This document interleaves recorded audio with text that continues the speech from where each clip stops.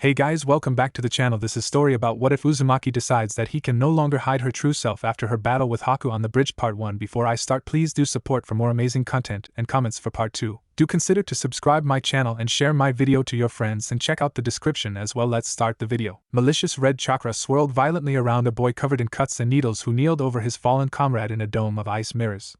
The chakra violently whipped around and tore at the ground.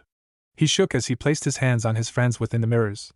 A masked boy watched him in surprise. Never before had he felt such evil chakra erupt from a person before.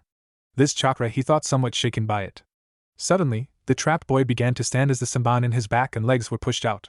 Standing up fully, a larger burst of the evil chakra came from him and began to take on the shape of a horrifying canine face. That's impossible. For chakra to change like this, and in such a short amount of time, thought the boy in the ice mirrors. And it's such an evil chakra shocked. He watched as all the visible wounds on the other boy rapidly healed right before his eyes. The wounds on his body. They are completely healing themselves. What is this boy truly? The boy on the ground suddenly turned his head and looked at the other. His orange hair had grown wild, and a feral look controlled his features. For a moment the two just stared before he began to growl and charge the ice mirrors. The boy in the mirrors prepped himself with saban in each hand, and flew at the other boy to hit him. The feral boy spun rapidly out of range of the attack. The masked kid turned to quickly hide in another mirror, but was slammed by the feral boy's clawed hands, being tossed backwards. The feral boy screamed and slammed down his fist. Chakra erupted from his fist, and slowly began thinning the ice with its heat. Standing, the masked child tried to jump back as he suddenly found his hand grasped by the other boy. Looking up with more hate than the masked boy thought possible, the feral child smashed his fist into his face. Flying backwards, the masked boy flew through his now weakened ice mirrors as his mask cracked down the middle. As he slid across the ground of the bridge they were on, his dome of ice mirrors fell to pieces. The feral boy growled as he noticed the other boy was beginning to stand up after he stopped sliding. Zabuza-san, the boy charged the other, as he stood there motionless. I cannot defeat this boy. Half of his mask falls to the ground as the boy comes closer and jumped into the sky with his hair lengthening and flowing freely behind him with a red ribbon floating away from it. Zabuza-san, I'm sorry. The boy closed his eyes as the last of his mask falls away, awaiting an impact that never came. Opening his eyes, he found the other boy's fist stopped just inches from his face. Why did you stop? He whispered solemnly. The oppressive energy from the other child slowly faded away. I killed your precious friend, yet you can't kill me? Why? Sighing, the boy slowly pulled back his fist. He looked into the other kid's face as he stood straight up, his voice becoming surprisingly feminine. Truthfully, I feel no anger over Sasuke dying. I was more angry over how weak I felt when you did killed him. The boy looked over at his fallen comrade full of needles from the boy before him. He is a friend of sorts, but he isn't one of the few precious people to me. Not truly anyway. He looked into the boy's eyes that had no fight left in them. Zabuza is your precious person, right, Haku? Why is that? The beaten boy, now known as Haku, looked back into the other boy's eyes.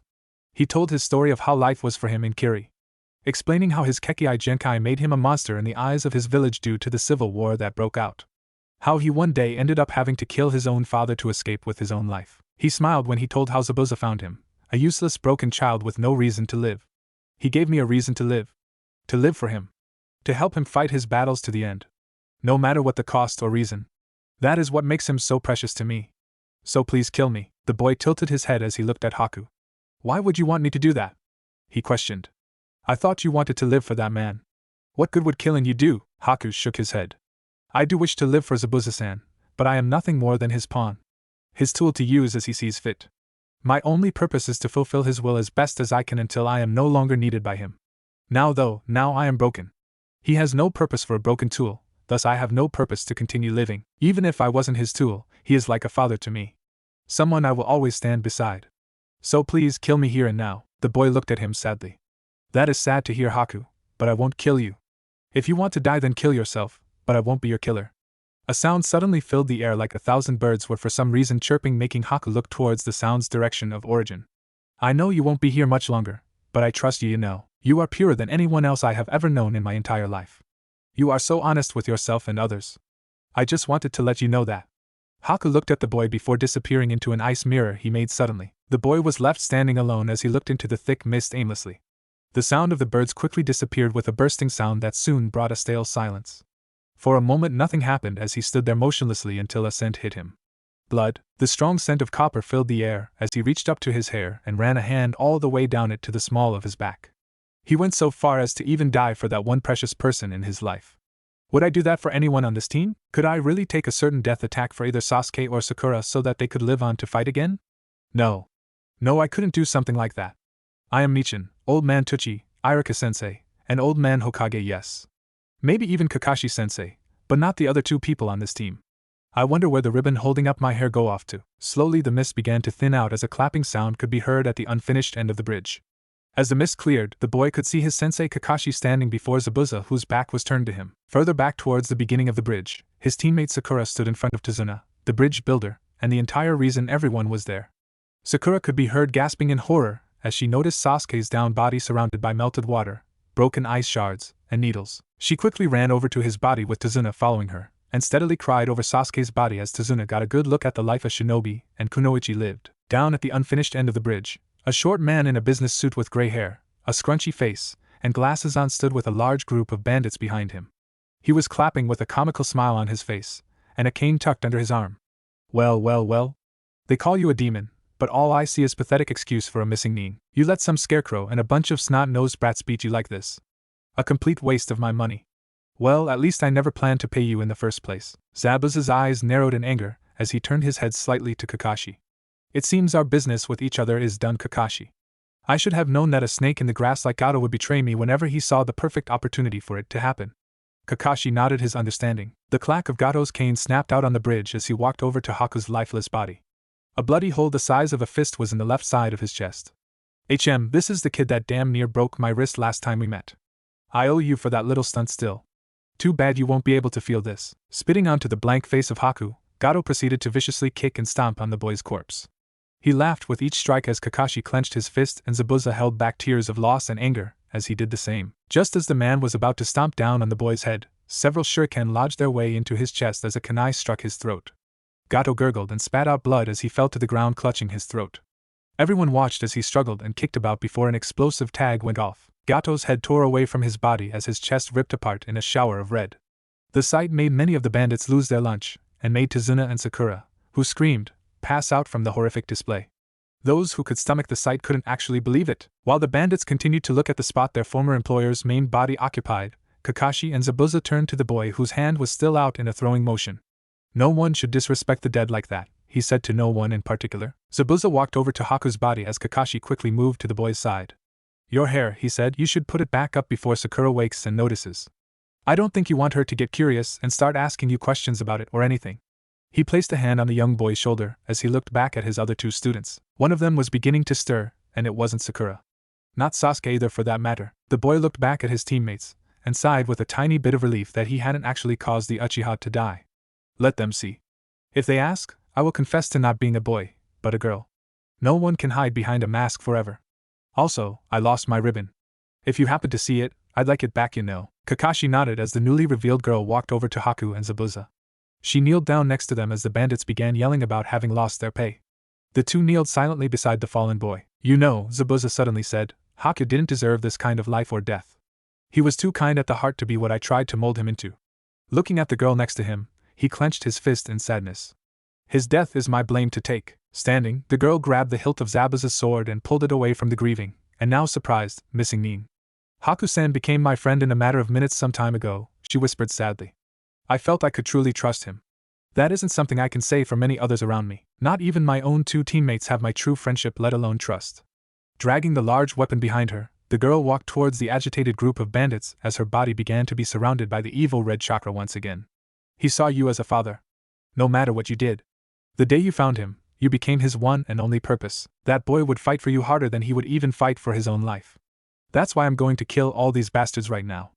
The red chakra burst from her in a wave, knocking many of the bandits down. Wide-eyed and fascinated, Zabuza watched as the girl grabbed his sword by both hands and rushed her enemies with incredible speed for her level. She swung the weapon with the authority of a master sword wielder, and decimated any who dared come near her. Those at a distance were no safer from the swings as the red chakra fused into the blade and extended its reach. Their screams filled the air, and the smell of blood was all that could be picked out from the entire area. Any who tried to escape were stopped by clones she had made and surrounded them with. Those who somehow got off the bridge were picked off by kunai with explosive tags on them in the water. It wasn't long before the girl was the only living soul at the end of the bridge. Kakashi and Zabuza were in awe at how easily she had decided and went about killing the hired hands of Gato. The blood of the bandits drenched her jumpsuit to the point you could hardly believe that it had ever been any color other than red. Her normally blue eyes were now a bright red with vertical slits for pupils. Her blonde hair seemed to have darkened, and was in a messy array with blood splotches all over it. The canines in her teeth were more pronounced in her cheeks, with her fingernails having sharpened and lengthened. All in all, with her dragging the large sword behind as she slowly returned to stand in front of Zabuza, the girl looked like a true demon. She held out the weapon to Zabuza, who shook his head. I have no use for it anymore. Kakashi was able to still partly hit me with that jutsu of his. The bleeding inside me, I can feel it slowly draining my life away. It's time the sword is passed down like it is supposed to be, just so I can know my successors. Tell me your name first, or are you actually named Naruto after all? The girl shook her head as her features slowly reverted themselves. My real name, is Kamiko Uzumaki, Konoha's Kyubi Jinchuriki, she whispered. Zabuza nodded. I suspected that you were one from the feel of your chakra. He pulled out a scroll from his pocket and wrote down a few directions before handing it to Kamiko. This will tell you where to find my hideout. It holds all sorts of information you might and will need. Some of it will be jutsus, others will be more of an informative sort for you, and others still will have what you need to know to handle that sword. Will you take this as part of my dying wish? Kamiko held onto the scroll for a moment without moving. She looked into the eyes of the demon of the mist, and saw something that made her nod her head. Yes, I will. What is this other part to your dying wish that you apparently have? Smiling, Zabuza pulled down his mask to reveal that all of his teeth were sharpened as he laid down. I want you to have Haku buried somewhere nice. He deserves that. Also, take my body and turn it in for the bounty on my head. I'm pretty sure you would like the amount of Ryo you could get off of it. Shaking her head, Kamiko knelt down and placed her hand on the side of Haku's face. I will bury Haku like you asked, but I'm going to bury you too. Right next to him. I think he would really like that. Zabuza looked at her and nodded, knowing he wouldn't be able to change the girl's mind. He looked over at Haku as renewed tears began to fill his eyes. Kamiko left him and Haku as he spoke his final words to the boy. She stood next to her sensei and looked down at the sword in her hand that was now hers. Never thought I would end up holding the sword of one of the legendary 7 swordsmen, let alone have it passed down to me. She gripped the handle while looking at it. It's kind of cool if we're to really think about it. Kakashi placed his hand on the girl's shoulder before looking over to his other 2, now awake, students. Do you want help burying them, Kamiko-chan? I wouldn't mind if you liked. The girl nodded her head as she watched Zabuza breathe his last with a resigned smile on his face. Sakura, who was supporting the injured Sasuke, and Tazuna walked over to the pair and looked at the mess about the bridge. Sensei, what happened? I remember Gato's body exploding, but one person couldn't have done all this. In the distance, the villagers of the Wave Village could be heard revolting against what little of the bandits that were still around in the town. Kakashi placed a hand on her head and ruffled her hair. No need to worry about that, my dear student. Why don't you and Tazuna go back to the house with Sasuke now? The danger in the mission should be all but gone by now, and everyone deserves to rest now after all of this. You've all earned it. He looked at the fallen bodies of the 2 Kirinin and frowned. Even those 2 have earned their right to rest from all of this. Nodding, Sakura began to leave with Tazuna and Sasuke in tow before the injured boy asked a question. Hey Kakashi. Where is the dobe? And who is that person standing next to you with Zabuza's sword? Sakura suddenly noticed that she didn't see the blonde-knuckled head and felt ashamed at just noticing the presence of the other person, though after looking at her she wished she hadn't. The blood all over her body and hair nearly made her sick. Just as Kakashi was about to answer, Kamiko cut in. Who I am is not any of your business right now. Your friend Naruto, he didn't survive the battle. Sakura gasped as tears instantly refilled her eyes, and Sasuke clenched his fist as they suddenly realized how much the blonde had meant to the both of them. Go on like you sensei told you to. I have to bury Haku-san and Zabuza now if you don't mind.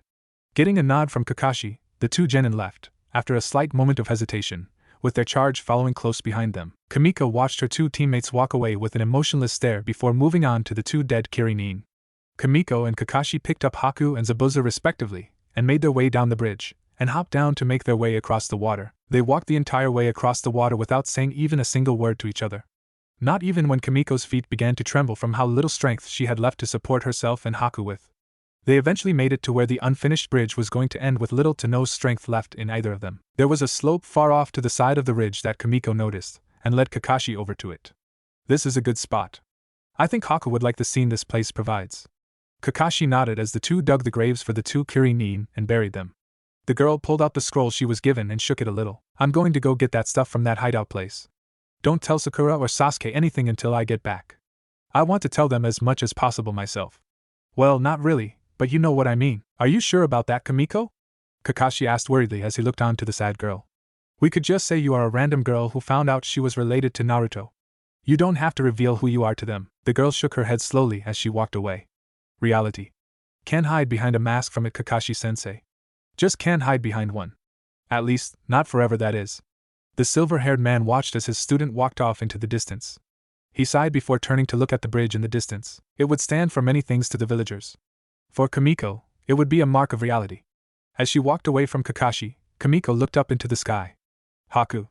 I promise that, like you, when I find that person that is more precious to me than the most valuable gem, I will defend them with my life. The same way you defended Zabuza till the bitter end. Finding Zabuza's hideout was fairly easy for Kamiko as she followed the instructions on the paper he had given her. It led her to a swampy area that was quite pretty in its own right. The place was suspended off the ground slightly by multitudes of ninja wire all over the sides and top. It appeared to be a small abandoned house that no one would dare ever enter. Not if they valued their lives, that is. Hopping in through the doorless opening, Kamiko scanned the house that the two shinobi had called a home of sorts. There seemed to be only 2 rooms to the place. The one she was in seemed to take up most of the house. There was a single bed at the very middle of the back of the room. Other than that, there was only a long bookcase that stretched across 3 of the 4 walls. There was not much of the case used. Just from the initial look, Kamiko could tell that altogether, the scrolls and books would barely fill one of the walls. Kamiko made a handful of clones to find something to pack everything into, and then had them pack stuff away. She turned to the one wall that was clear of anything than a simple wooden door. With caution, she slowly opened the door and looked in. The room that it led into wasn't very big, but it held a few things in it. In the left corner of the room was a small bed with a book about Kiri on it. At the foot of the bed was a box with a few bits of clothing in it. In the other corner of the room was a small wooden desk with a chair in front. There were 3 mini stands on top of it with 2 of them having a Kiri Hunter Ninja mask on them. One of them was empty. This must be Haku's room then. The young girl noticed that the stands were set in a triangle around a small black book. Walking over to the desk, she sat in the chair and read its cover. No mask. Opening it, she found small neat handwriting throughout the book. After a while of slowly flipping through the pages, Kamiko noticed that every second or third page would never reach the bottom of the page but would end with a miniature signature. Yuki Haku. He even kept a diary. Nodding to herself, Kamiko pocketed the small diary before making 3 more clones, having them pack all of the stuff that was on the desk and bookcase next to it before she walked back outside. She was sure that out of everything she had grabbed that something would most definitely be of use to her for more than just mastering the use of her new weapon. Once all of her clones had come out of the house, leaving only the furniture in it, the girl looked at the hideout. She contemplated destroying it before shaking her head. Never know when I might need this place for my own reasons. Let's get back to the house. Remembering what she would have to deal with once she returned, the girl sighed. I do not look forward to having to deal with them. 5 days later, Kamiko sat atop one of the pillars of the bridge as she looked down onto it while idly running her fingers along the handle of Kubikurabocho. To others, people looked like ants from her vantage point, but to her everything looked like it was fresh. Like the world was just in the beginning stages of being made, though that is exactly what might as well be happening to the people of the wave. A new bridge will bring a new and fresh world. Hopefully a much better one than the one they have lived so far. The young blonde watched as the workers went about building their new hope. Since the death of Gato and all the thugs that had come to the bridge with him, all of the workers have a newfound motivation for what they were doing. It was somewhat inspiring thing to see them all return with such vigor. The young girl had some of her clones working with them to speed up the process. Kamiko sighed as they all just radiated the happiness she and her team had given them. Happiness her teammates refused to have or let her have. A glare was ever present now from the young Uchiha boy below her. The two were sent to oversee and watch out for Tazuna, even though the bridge builder now surely was safe from just about any human threat sort of a spontaneous attack or building accident. Sasuke Uchiha, though, did not care for what reason he was here. All he cared about was the girl above him. Kamiko sighed as she looked down at the boy with an annoyed glance as she recalled the events when she returned a few nights before. Flashback. She was sitting at the table quietly as everyone looked at her with curiosity, but Kakashi. Sasuke as well, but in his case he was just outright glaring at her with pure suspicion. Food was laid out onto table for everyone, but only Kakashi and Kamiko seemed to take any notice of that. The two just ignored the awkward air in the room that her presence had brought. Everyone else just watched as Kamiko ate her rice and pork in such a refined way that she could have been a princess if it wasn't for all the blood that was still on her clothing and hair. Something that Tazuna's daughter didn't really appreciate, but refrained from saying anything about it. Sasuke, who was sitting directly across from her, snorted as he leaned back against the wall, grabbing everyone's attention except Kamiko's. Well, I don't know about you guys, but I'm tired of this stupid act.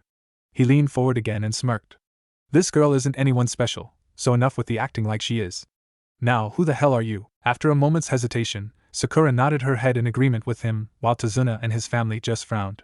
Kamiko continued eating her food like she had heard nothing. Kakashi sighed as he set down his chopsticks. Sasuke, there is no need to act that way. Plus she's eating right now. She won't say anything until she has finished her food. It's just the way this one is. Sakura glanced between Kamiko and her sensei with slight confusion. I don't get it. Do you two know each other, Kakashi-sensei? Sasuke glared at Kakashi as the same thought had crossed his mind. Yes, I know her, he gave them a weak eye smile. In a way, we all know who she is, or who she used to be at least. Everyone blinked olishly at the masked ninja. Sasuke, of course, just intensified his glare, and clasped his hands in front of his face. Again the room was filled with an uncomfortable momentary silence. Sakura looked down at her food as tears filled her eyes. Kakashi-sensei, I don't really care about who this girl is right now. I just what happened to Naruto. She squeezed her hands into fists as she squeezed her eyes shut. I mean, we never even went out to find his body. Yeah, Sasuke said in a slightly subdued tone. He may have been a dope and everything, but we should have gone looking for him by now. Tazuna and his daughter Tsunami sighed in sadness as they thought of the boy that was supposedly dead. Inari, Tazuna's grandson and Tsunami's son, got up on shaky legs and left the room as silent tears streamed down his face. He didn't run like he usually did when he was throwing a tantrum. It was a walk of a crushing loss. Listen, you guys. Naruto. Kakashi started to answer when the sound of Kimiko sighing stopped him. His time to speak was pretty much over. What does it matter to you guys what happened to him? She asked in a bored tone as she placed down her chopsticks into an empty rice bowl. He is dead. It doesn't really matter what happened to him. Not like you can do anything about it. There's no real reason for you to hunt for his body so soon either. Sakura slammed her hands down onto the table with anger in her eyes. What do you mean it doesn't really matter? He was our teammate. We deserve to know what happened to him. She pointed at the girl with a shaking finger. I don't know who you are, and like I said, I really don't even care. Say another word about Naruto, and you'll regret it. Oh, will I now? Kamiko's eyes narrowed dangerously at the pink-haired girl. Tell me, are you the one that's going to be the one to make me regret it? Looking into the girl's gray eyes, Sakura's resolve quickly crumbled as she scooted away from her. Kimiko snorted. I thought as much. What about you, duck ass? Got anything you'd like to say? Sasuke clearly heard the challenge in Kimiko's voice and didn't like it one bit. His glare hardened even more, and he stood up. Unlike Sakura, I'll back up what I say. So say another thing about the dobe, and it'll be the last thing you do. That I promise you. In her mind, Sakura was aggressively cheering for Sasuke to just go ahead and smack the other girl around like silly. TCH. As if you could make good on that. From the way you two are talking, it sounds like I'm bad-mouthing the guy when I'm not. Kimiko clasped her hands in her lap and tilted her head. All I'm saying is he's dead, but I guess you all deserve the truth in one way or another. Well, not really, but I'll still tell you anyways, I guess. Tsunami looked at Kimiko with startled eyes. What do you mean by the truth? Is Naruto not really dead? Hope sprung into the eyes of Sakura and Tazuna. Kakashi rubbed the back of his head as he joined back into the conversation. Well, technically he isn't dead, but in a sense Naruto is dead, you see? I don't get it, Tazuna said while crossing his arms as he cut Kakashi off before he could continue. How can he not be dead but be dead? Because Naruto Uzumaki never actually existed, Kimiko said with a slight chuckle. Everyone except Kakashi looked at the blonde like she had grown a second head. The boy that all of you have gotten to know was never really born. He was nothing more than a front for everyone to look at. Sasuke shook with anger as Sakura shook her head. You're lying. We've known that blonde baka since he was 5. There is no way he wasn't real. I've felt him. Wrong, Kimiko yawned in boredom. You've hit him before. There is a vast difference, just so you know. You should be able to figure it out, smart girl. Sakura's teeth clenched at the insult. Sasuke snorted and rolled his eyes. Yeah, right. You just happen to be the one to know all of this. No one else at this table knew but you. Pretty convenient story if you asked me. You can't even say it was genjutsu since I got my Sharingan during our battle on the bridge. I would have seen through it then instantly. Kimiko pointed lazily at Kakashi, who felt that any attempt to talk would lead to him being interrupted. Kakashi-sensei knows the truth. Kakashi-sensei knows how you're all-powerful. I failed to tell you the truth.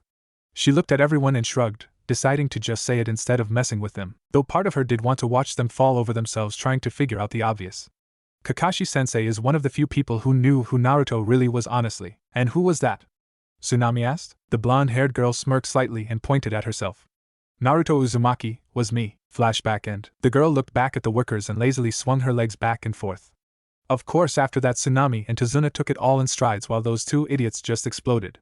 It had taken a better part of an hour to get the two genin to calm down enough to listen to anyone at the table. After calming the two, Kakashi took them away to feed them a sugar-coated reason for why Naruto was her, and she was Naruto. Since then, Sasuke has done nothing but glare at her, and Sakura kept a small amount of distance between the two of them. This is all way too bothersome to think about. I wonder what Hokage Gigi is up to at the moment? Meh, probably paperwork.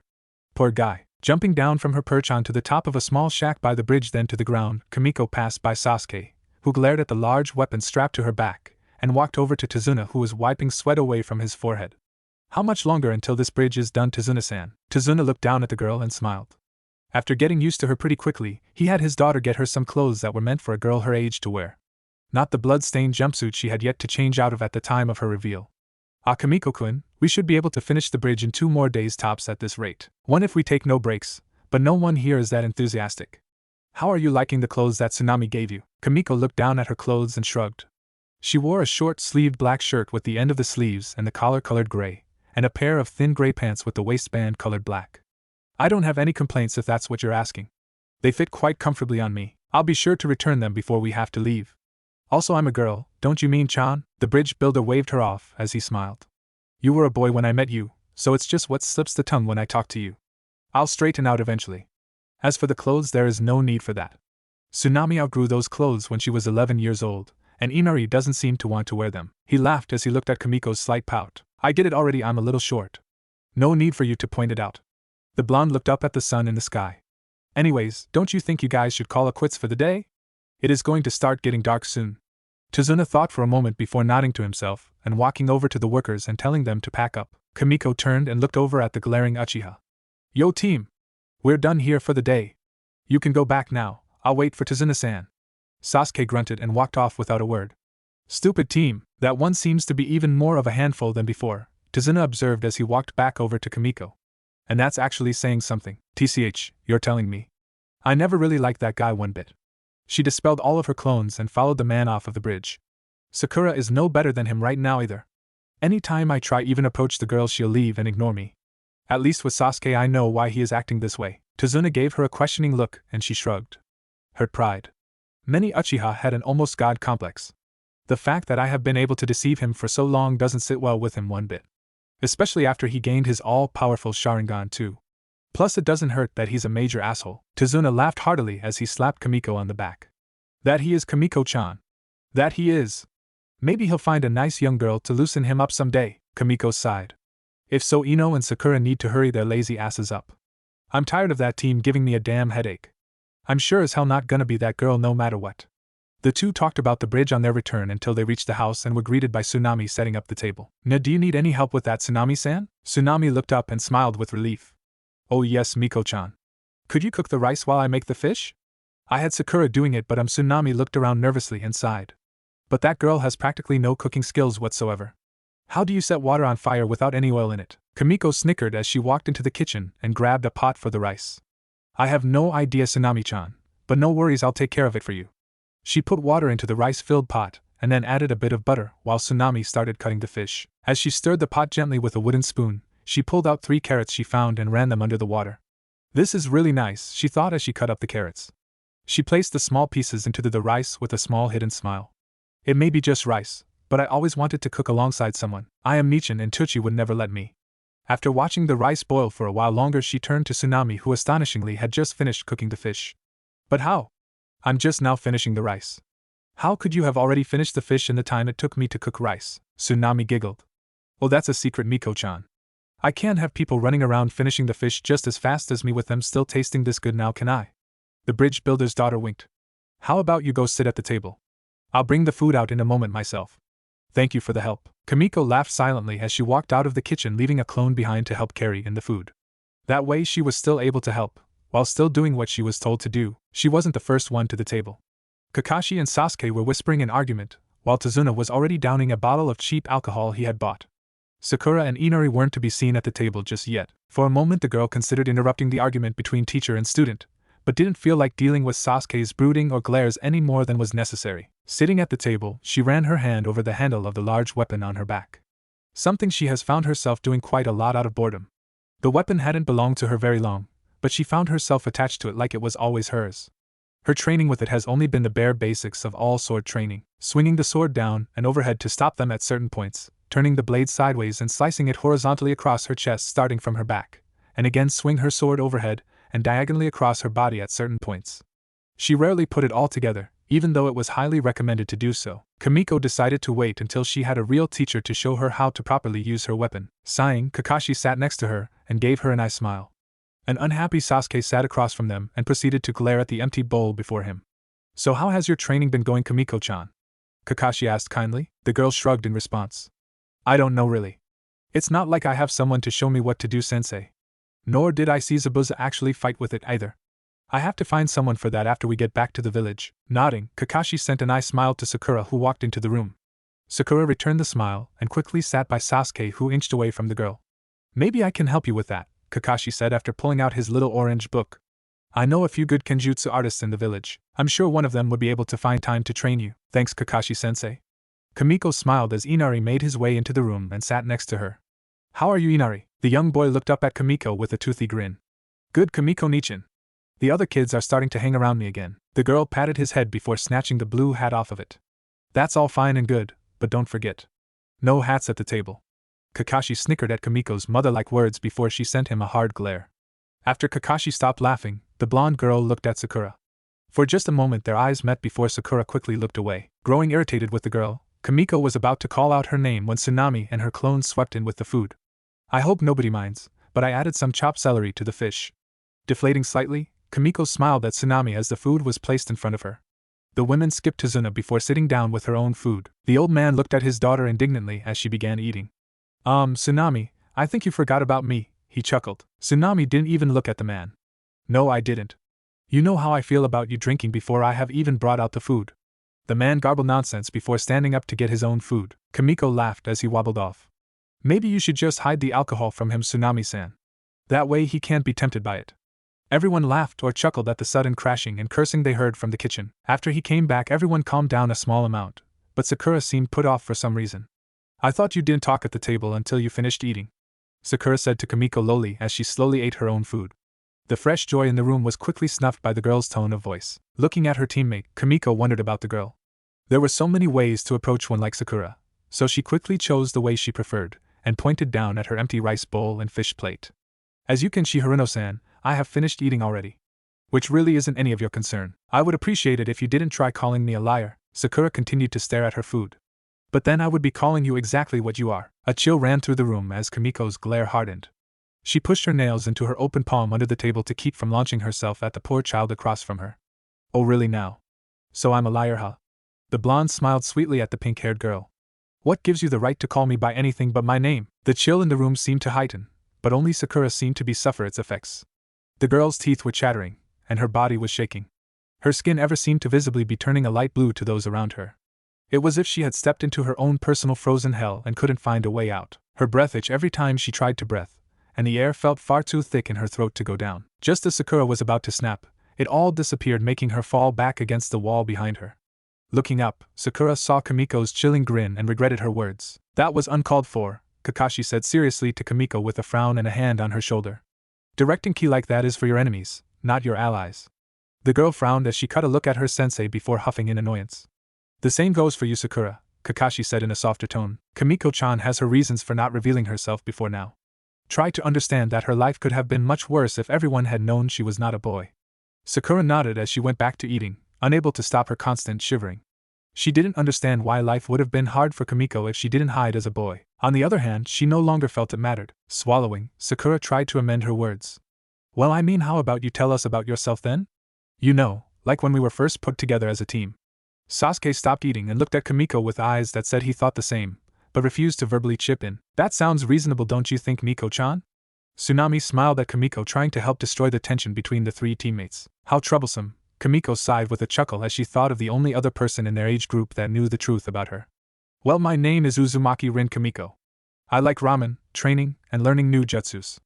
My dislikes are people who judge others without knowing all the facts, arrogant guys, the color pink, and molesters and rapists. Hobbies are training, painting, and burning things people don't care about. My dream is to be one of history's strongest kunoichis and to become the Hokage of the village someday. Everyone found one or two things new that they liked or disliked about the girl, and they all, except Inari, caught her paws towards the end of her dislikes. The question hung in the air, but no one dared ask it out of respect. Her hobbies were quite interesting though. So you paint, Miko-chan? Are you any good? For a moment, Kamiko looked at Tsunami blankly before pulling open her shirt and reaching down into it. Sakura and Tsunami yelled as Kakashi chuckled. Tazuna covered Inari's eyes, and he and Sasuke had the decency to look away with blushes. What do you think you are doing? There are guys around her. Kamiko shrugged as if that fact didn't bother them. It doesn't matter. I have wraps on so they wouldn't see anything they shouldn't. I mean, it's not even like I am taking my shirt off here. For a moment she rummaged around in her shirt before pulling out a palm-sized palette. She placed it in the middle of the table carefully for everyone to see. Breathes hitched for all as they looked at the picture. It was Konoha at sunset from what appeared to be the top of the Hokage monument. All the buildings were exactly the way they were now. The only difference was the presence of a small building that used to belong to Orochimaru not too far before he betrayed the village. Kakashi gently lifted the palette in wonder. Amazing, Kamiko-chan, this painting has to be at least 7 years old. That small building here was torn down just 6 years ago. Tsunami gingerly took it from him and gently rubbed the side of the palette. Professional artists would envy this painting, Miko-chan. All the colors blend perfectly together, but somehow still stand out individually. And is there a man on this building here? Looking at it, Sakura gasped. That's the third Hokage. You got the third to be in a picture. Kamiko twisted a strand of hair near her shoulder uncertainly. Well, no, he was just standing there. What else was I supposed to do? Leave that spot blank or something? There's even a few leaves in the wind, Sasuke mumbled to no one in particular. Tsunami handed the painting back to Kakashi, who gave it back to Kamiko, who placed it back into her shirt. That was amazing, Miko-chan. If Kakashi is serious about that picture, you had to have been only 6 or 7 when you made this.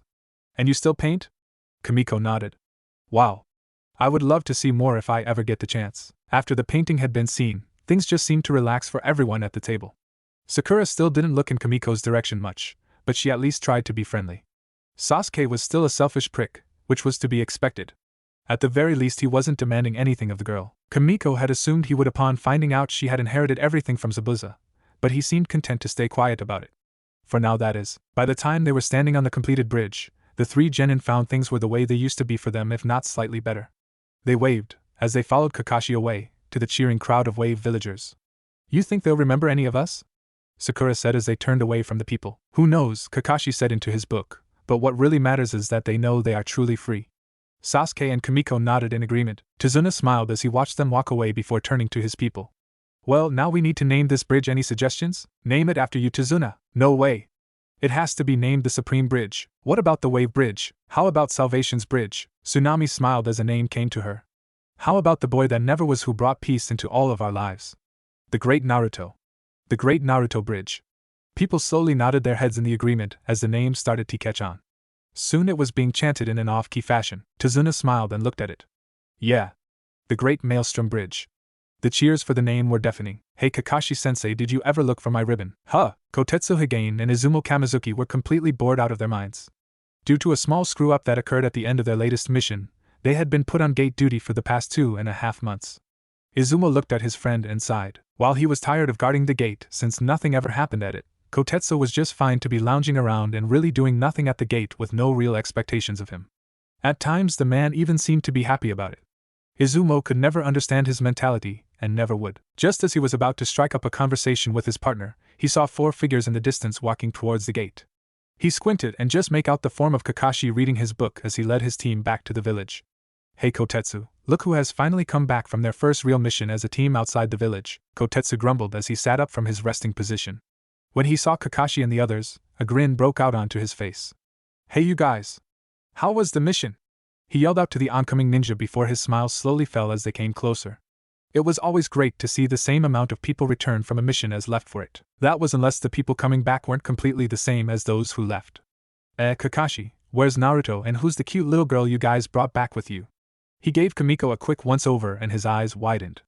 And why does that girl have one of the legendary 7 swords? Kakashi gave the men his trademark eye smile before walking past them. Don't worry about it, you guys. Nothing bad happened, and you might find out what did sooner or later. Sasuke and Sakura walked past them as well, with the girl following behind them. I wonder what that was about, Kotetsu mused as he leaned back into a comfortable position. He decided it best to forget about the large weapon on the girl's back. Izumo nodded his head in agreement before smiling. Yeah, didn't know you were a lolicon though, Kotetsu. His friend sputters as he fell backwards. Those guys need to get a life, Kamiko said as she looked back on them as Izumo was laughing. You'd think that they like just hanging around the gate. Kakashi nodded his head. Those two just can't seem to get their act together. Though don't go and underestimate them, Kamiko-chan. They are strong when it really comes down to it. I'm not talking to you, Kamiko said emotionlessly before walking past everyone to the Hokage Tower. Wow. Was the ribbon that important to her or something? Sakura asked as they let her get a small ways ahead of them. I mean, Kamiko isn't the warmest person, but that shoulder was made of nothing but pure ice. Unfortunately, yes, Kakashi sighed, and Kamiko can hold a pretty long grudge, Sakura-chan. The girl suddenly shivered for some unknown reason. Sasuke snorted. What's so important about a freaking ribbon? Just get another one just like it. Done. That's not possible, Sasuke-kun. You see, that ribbon isn't just any ribbon. It's not really even a ribbon at all, but a piece of clothing that Hokage-sama was able to salvage. Salvage from where? Sakura asked as Sasuke thought the question. Kakashi looked up with a sad expression on his face before looking at Kamiko's bouncing hair. He salvaged it from a piece of Kamiko's mother's clothing. What was left of it, that is. Sakura's eyes widened as Sasuke glared at Kakashi, suddenly understanding the true importance of that ribbon. I see, was all he said. Kakashi sighed as Sasuke and Sakura walked ahead of him as well. The man was starting to wonder if his Aika was becoming too much of a distraction for him to work properly. No need to say the thought didn't last very long, as he found it impossible. The book could never be considered a distraction. Eventually the four found themselves standing before a somewhat irritated Hokage in his office. After they gave their report on their mission, Hijirin's old face seemed to bore holes into Kakashi's sweating face. So you are telling that you encountered the demon brothers and still continued? Everyone nodded. You were confronted by the A-rank missing ninja, Zabuza Momochi, and still continued? Again everyone nodded. That after a fight with Zabuza's apprentice, Haku, Kamiko-chan decided to forego her disguise from then on? Kakashi and Kamiko nodded. And you're telling me that you didn't find Kamiko's ribbon? He said the last part to Kakashi, making the man feel like a disappointment. I was busy taking care of the needs of the mission, Kakashi tried to defend. From what you said, that wasn't needed. The mission was practically over after the death of Gato. No, it was over as soon as the demon brothers arrived. Hijirin shook his head. But no matter, what's lost is lost, and what's done is done. There is nothing to be done about it. I'll send pay for your first A-rank mission straight to you accounts. After a short round of heis, the Hokage dismissed everyone in the room except Kamiko. You need something, Hokage-jiji, she said with a smile that could warm an iceberg's heart. Why yes, Kamiko-chan. I actually need you to come with me to see Dr. Yuji and Dr. Yukai. You missed your last appointment with them, and your next one is soon approaching. It's probably best to just take care of it now. The blonde nodded her head while twirling a strand of her hair as the Hokage stood to lead her to her doctors. Originally, Dr. Yuji and Dr. Yukai were both nurses in Konoha's main hospital. After an unfortunate attempt on Kamiko's life via the hospital's medical staff, the two were chosen to become the girl's personal doctors as they showed they had no hate for the young girl. There was another doctor, but he was no longer able to be trusted. Hijirin led Kamiko through a secret passage the Hokages used when they needed quick and easy access to one of the hospitals in the village. After a few minutes of silent walking, the two found themselves in a hidden room just under the hospital structure. I'll be right back, Kamiko-chan, Hijirin smiled. I'll bring Yuji and Yukai back to check on you in just a moment. Kamiko smiled her understanding as the man left. The room he left her in was about the size of the Hokage's office, with steel lining its walls and keeping the room chilled. There was a small two-seat couch in the corner of the room with a small circular glass table and a lamp next to it. There were a number of paintings hung around the room of different animals, people, and shots of Konoha, each one of them belonging to the young kunoichi. A person could trace her progress as a painter in this one room, though she carried her best work with her at all times. Kamiko was looking at one of her early paintings of herself in the mirror, thinking she would remake it, when the Hokage returned back with the doctors. Ah, Miko-chan, you're home, two women said before quickly engulfing the girl into a tight hug. She giggled as she hugged them back. It's nice to see you guys too. I was only gone for like a month, you know. Yukai shook her head as she tapped her foot with crossed arms. The woman was average height, and in her late 20s. She had short, light auburn hair with kind brown eyes that seemed to complement her pale skin. In the standard doctor's outfit, one could say the woman did well, but not too well in the chest department, and was quite slender. And yet we haven't seen you in almost 2. Yuji nodded her head in agreement. She was slightly shorter than Yukai and in her earlier 30s. Her hair waved down to her shoulders in a dark black cascade, and her eyes were the same as Yukai's. The woman's body was lightly plump with all the curves in all the right places. Yeah, you may only have to see us once a month, but that doesn't mean you can't visit us, young lady. Kamiko scratched the back of her head. Sorry about that, you guys. I had just been caught up in my team, you know. I so would have come seen you guys if it wasn't for that. Fine, we believe you. Now you, out of your clothes, they said together while pointing at her before turning to the Hokage. And you, out of the room. Hijirin chuckled. Right. After you are all rested up, Kamiko-chan, go see Anko. I'm sure she would love to take you out shopping for women's clothes now that you won't be using male clothing anymore. I won't? She asked. The 3 adults in the room just sighed before the Hokage left. Why do I need a change of clothes? These clothes still fit me perfectly. Shrugging, Kamiko decided to ask Anko when she went to see her later.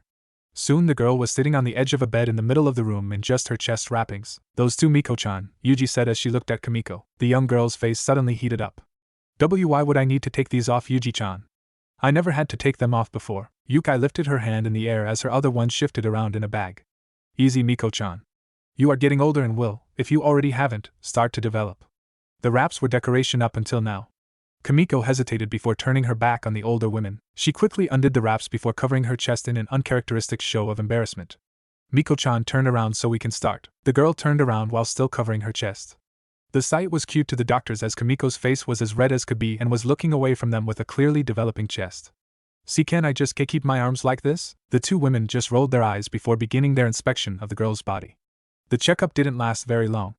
They found nothing wrong with the girl other than the fact that even for a girl, she was short for her age. The two chalked it up to genetics or something, eventually getting her to pull her arms away from her chest. They found no damage to her ribs or lungs from the prolonged use of her bindings. Just as they were finishing, the girl flew off the bed holding her chest once again. What the fuck are you trying to do to me? I thought you only did that to Yuji-chan. Yukai-chan. Yuji laughed as Yukai sighed in defeat with a hand outstretched in front of her. I was only trying to get a small feel to see if she was firm. Didn't think she'd react like that so fast. Grabbing her clothes, Kamiko quickly got dressed while glaring at Yuji for laughing. So not necessary. I'll see you guys later. I need to go see Enko-chan now. The women waved as Kamiko ran out the room and through the hospital. So, firm she'll grow big. Does this make us pedophiles? You didn't touch her. The next day found Kamiko standing in training ground 11 with Sasuke, Sakura, Team 8, and Team 10. The 9 genin stood or sat, or even laid in the case of one, in a semicircle as they waited for all of their jonin senseis. Each one of them had woken up with a note for them to go arrive at training ground 11 at noon. What do you think they have us all gathered here for? Choji asked as he munched on a bag of chips. His best friend Shikamura sighed as he stared up at the sky. Who knows, Choji, and to be honest I don't think that is the question we should be asking. Everyone around him nodded before looking at Kamiko, who stared blankly back at them. What? She said dully. She was wearing another pair of clothes from Tsunami since she was unable to find Enko the other day. Is there something on my face? Ino stepped forward with a raised eyebrow and pointed at her. Who the hell are you, and where is Naruto-kun? Hinata chimed in as she looked around for her blonde crush. Tilting her head, Kamiko pointed at herself. Naruto is right here, Hinata-san. Sasuke snorted as Sakura frowned at Kamiko for telling them not to say anything. Oh, this is your sexy jutsu, but shorter and with clothes on, Kiba said, drawing Ino's attention. Wow, it has some sort of intelligence after all. What you say, bitch? Bitch. The two got in each other's faces just before Shino's bugs did the same and forced the two apart. Don't do that, dude. It's really creepy. Shino just shrugged at his teammate before turning to Kamiko. You're not Naruto, Shikamura said. What's your name? Kamiko sighed and continued pointing at herself. My name is Uzumaki Kamiko, but you guys know me as Uzumaki Naruto. Why is that so hard to believe? Because me and Naruto have had pissing contests together, Kiba said, drawing disturbed looks from everyone. What? We were kids back then. Yeah, right. I knew you and Naruto had something going on, Ino snickered. Bitch, I'll kill you. Oh, for the love of Kami, I can't do this anymore. Everyone turned to Shikamaru, who was rubbing his temples.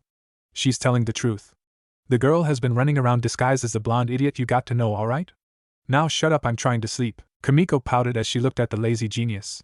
Ah man, Shika. I was having fun messing with them. Troublesome blonde, he replied. I was getting a headache and this just started. It was going to get worse, yet you're the one who started it. Wait. So this girl really is Naruto? Ino said, shocked to receive a nod from Sasuke, Shikamaru, and Sakura. And the three of you knew the entire time and didn't tell us? Sakura waved her hands in front of her. No way, Inobunta. Me and Sasuke found out on our last mission when she decided she wasn't going to hide herself anymore. We were just as shocked, if not more so than you guys. She shifted her gaze on Ino into a glare on Shikamaru. Him though, I have no idea how he knew about her. Shikamaru looked up at 3 accusing glares, 3 pairs of curious eyes, and a pair of shades. How troublesome. I met her when she was still walking around as a girl. I only remember because of her nickname for me back then, which was? Everyone looked at Kamiko, who smiled brightly. Lazy Pineapple Man, of course. Sakura and Ino promptly fell out laughing at the ridiculously funny name as Sasuke snickered and Choji patted Shikamaru's shoulder.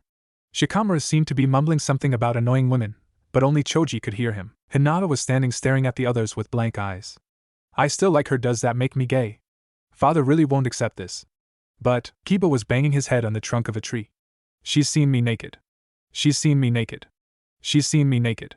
She's seen. Shino was watching Kamiko laugh with the other girls with a hidden smirk. Ha, I knew I wasn't GAY.as the laughing girls began to calm down. Their Jonin senseis finally appeared. Sorry we're late, you guys. We had Kiba-san, what are you doing? Kurenai looked at the boy like he was insane. He slowly turned his head as a small trail of blood leaked down the middle of his forehead. She's seen me naked.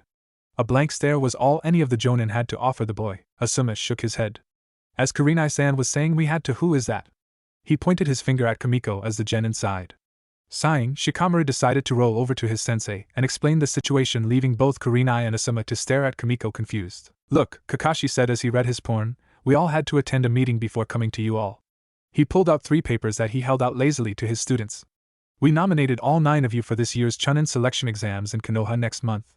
You need to sign this and report to the academy in 2 weeks if you want to attend. Flicking the papers away, the masked jonin left. Kurenai stared heatedly at the spot Kakashi had been standing in while Asuma just shrugged. Well, I have nothing to add to that. Come to me if you have any questions. He placed all of his team's papers in Choji's hands before walking off. Kurenai's fist clenched as she shook her head at the 2 jonin's lack of fully explaining the situation to their students.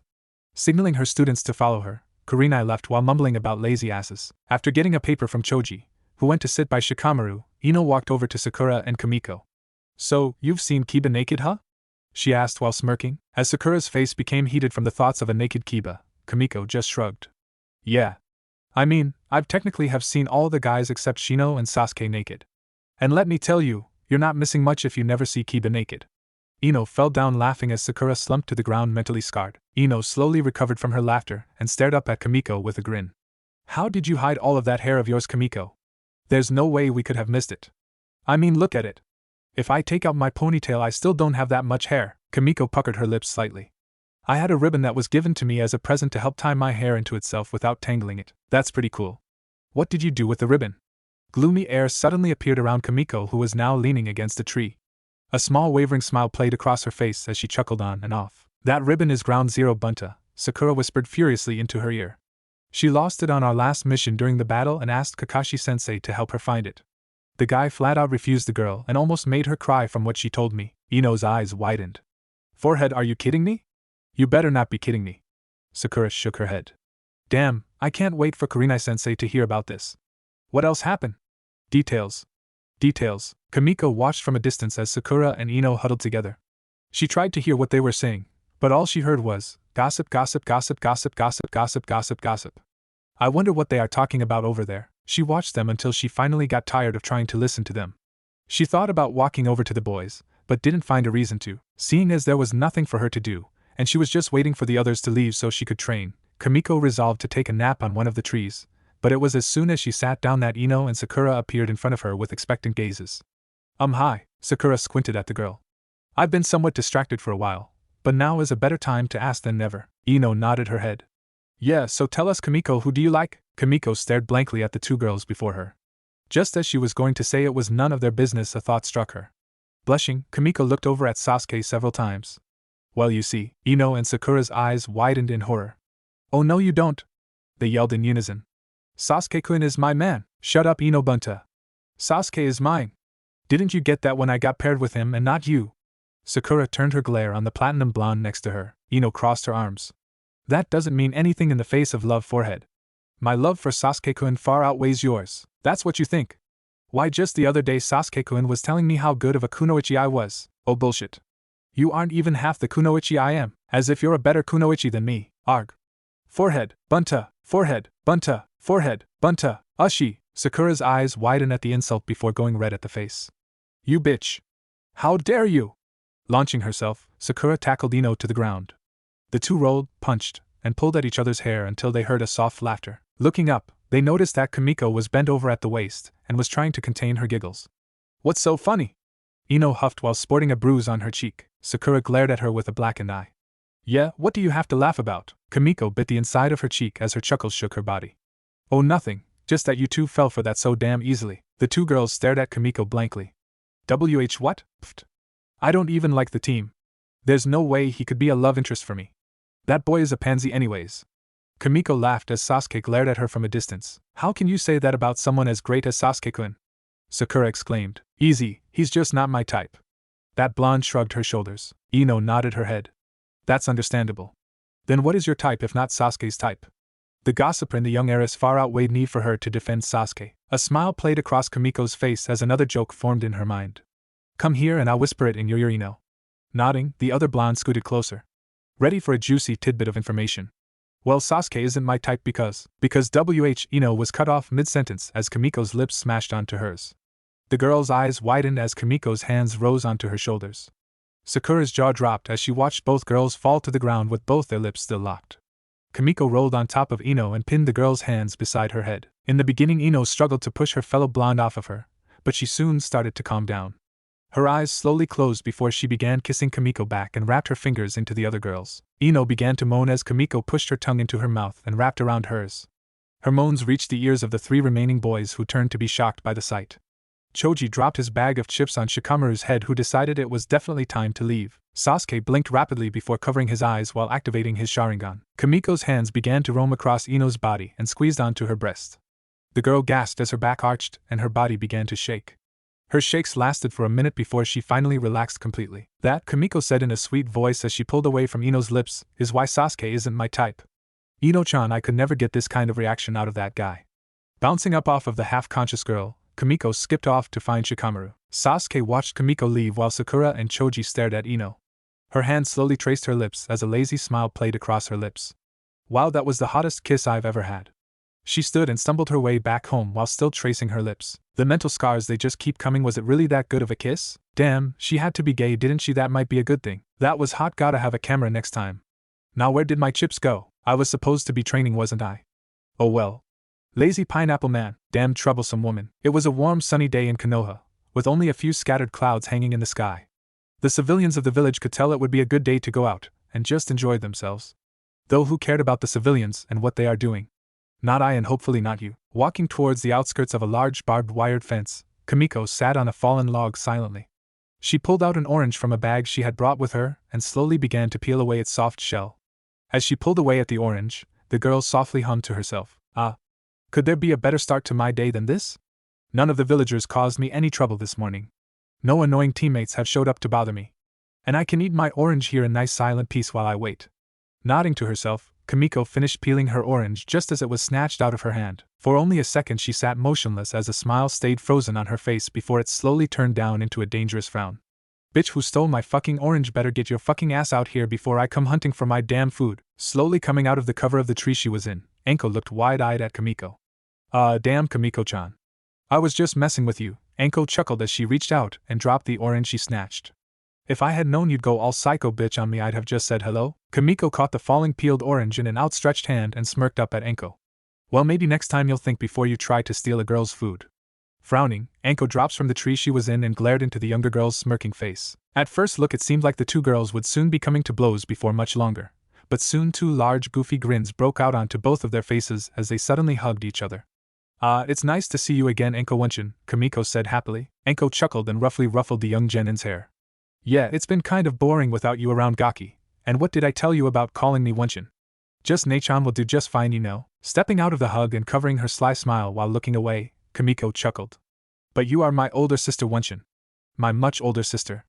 Anko's eye twitched at the small jab Kamiko was making at her. The young redhead knew that Anko wasn't that old, but also knew that her age was a sore subject for her, along with a certain 2 other kunoichi in the village. After Kamiko stopped chuckling, she began peeling off pieces of her orange and swallowing them. "You know you're supposed to chew your food first, right?" Anko asked with a raised eyebrow as the young girl just shrugged in response. Hopping atop the fallen log she had been sitting on, Kamiko swallowed the rest of her orange in one go and did a little twirl.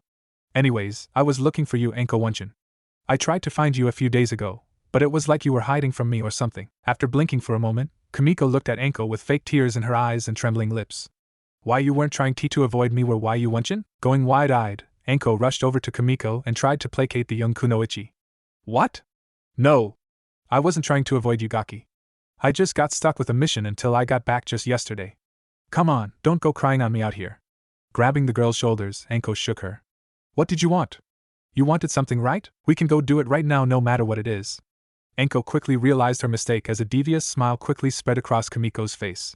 Slowly the expression on Anko's face turned from that of slight worry to a blank stare into the distance as she began to regret her words. "Fucking hell," she whispered as she felt a sudden pain in her pocket. After a few hours of running about and going from one store to the next, Kamiko kicked open the door to her house and waltzed in with 3 clones following in behind her. She merely swung the one bag that was in her hand about as she went into her kitchen with a smile on her face. "Set everything on the counter and then you 3 can go do whatever until you get bored, alright?" Smiling happily, the 3 copies of Kamiko set down the 3 bags that each of them carried before hurrying out of the room. "They're like little kids, wait," Kamiko said with a slight chuckle before she noticed that she was talking about herself in a way since they were her. Shaking her head, Kamiko climbed atop the table in the middle of her kitchen and sat down with closed eyes as she began to meditate. When she opened her eyes, she found herself in a forest that would resemble the time of autumn to most, but to Kamiko just looked like a dead forest. Dried leaves littered the ground in an assortment of different colors, with the majority of them being black. The trees were all completely bare and looked more frail than any ball of glass had ever been looked upon as. The girl sighed as she began her trek deep into the dead forest. The walk didn't last very long. After a couple of turns and a few stops to push aside a fallen tree, Kamiko found herself standing at the edge of a clearing that was the only area that had any greenery whatsoever. Slowly from where she stood, grass could be seen starting to grow until it finally reached the point that it formed a circular yard around the one tree in the clearing. This tree, unlike all the others that had been seen thus far, was as healthy as could be. While most of the trees were about 3 to 4 times as tall as Kamiko was, the tree before her now was more than triple the height of any of the other average trees. Its bark was a dark brown that looked like even an axe made of pure diamond would be unable to cut it down. Its branches were cluttered with lush green leaves on practically every inch of them. It was the one area in the entire forest that was not completely dead and gave the young woman a feeling of comfort. After just looking at the beautiful scene for a minute, Kamiko walked over to the tree before she began a slow trek up its trunk. The girl took her time and just absorbed the beautiful leaves and let the sight fill her with a happiness that few other things in the world could do. As she broke through into the leafy tree, Kamiko closed her eyes until she no longer felt the leaves caressing her skin. "Hello, Kamiko," a soft voice that would put Hinata's voice to shame said. "It is so nice of you to visit me." Smiling softly, Kamiko opened her eyes. Tilting her head slightly up, the young woman found herself looking into one of the most beautiful faces, outlined with red hair so bright it was practically glowing, that she had ever seen. "Hello, Kurama-chan," Kamiko said as she walked forward. "It has been a while since I last visited you, so I thought I would just drop by if that is fine with you." Kurama smiled at the young woman as she approached. Kurama was a tall woman who always wore a black dress that covered everything but her hands. Her aforementioned hair was usually found being completely straight and flowing all the way down her back.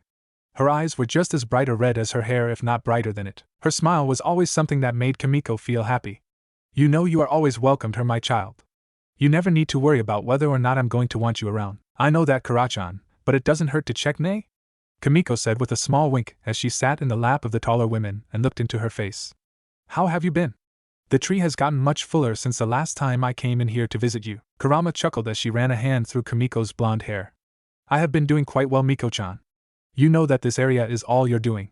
This tree and the grass that is growing around it, it all represents the positives that you feel within you. The fact that it has grown as much as it has since you graduated the Ninja Academy is quite remarkable, Miko-chan." "Yeah, maybe." Kamiko chuckled as she tried not to think about the rest of the forest surrounding the one lush tree. "I really owe it to Haku from the mission to Nami no Kuni.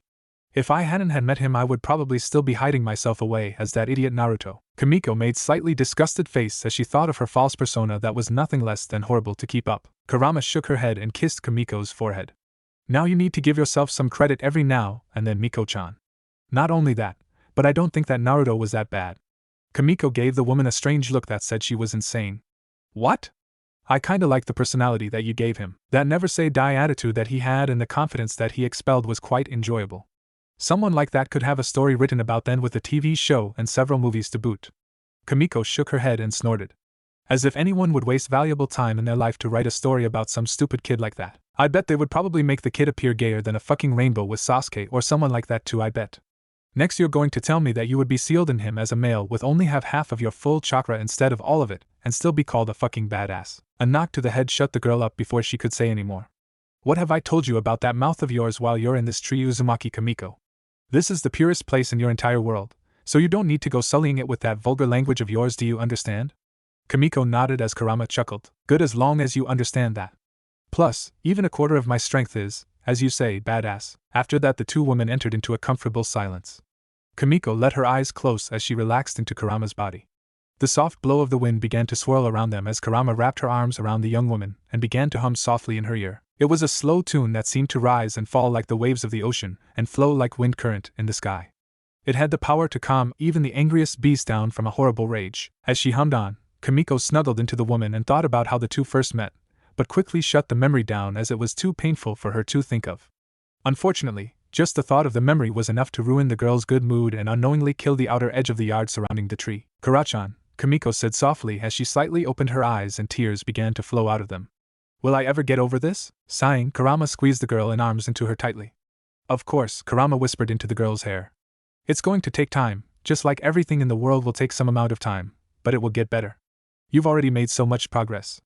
Kamiko nodded but began to shake until she felt something soft wrap around her body. Looking down, she saw 3 red tails covering her body as a 4th tail cupped her face and Kurama placed her cheek onto the top of Kamiko's head and began to sing. Guilty Crown Euterpe A/N. I suggest you just listen to the song, it's lovely. Saida no hana yo a wildflower. Duka ashiatiakura, could you please tell me? Hito ha nays kizutsuki at why people hurt each other. Erso no dho and fight each other? Rin to saka hana yo o dignified flower. Soko kara nani jame yeru, what can you see from there? Hito ha nays yurishio kodo, and why can't people? Dekanai no dho forgive each other? Aim ga sujite natsu ha in a summer with much rain. Aoi wa utsashita blue was substituted. Hitatsu and I nat becoming one. Jisaka Yurita it faintly wavered. Watashi no Meida in front of me. Nani emo Iwaza and I without saying a word. Karataya Kotomo and I, what do you feel? Omi ha nani wa omu towards a dying friend. Kotoba wa motana sono ha da, how much love can those wordless leaves? Nanto ai what Satura convey? Natsu no hai hakujet, the summer sun gets clouded. Kaze jie nabayata, the wind was swayed by it. Futatsu Kasanati joining them together. Ikeda Akashi why will sing. Watashi ha yutao, the proof of life. Na emo nakimano no tame for those nameless ones. Song end. As Kurama's song slowly came to an end, she smiled down at Kamiko.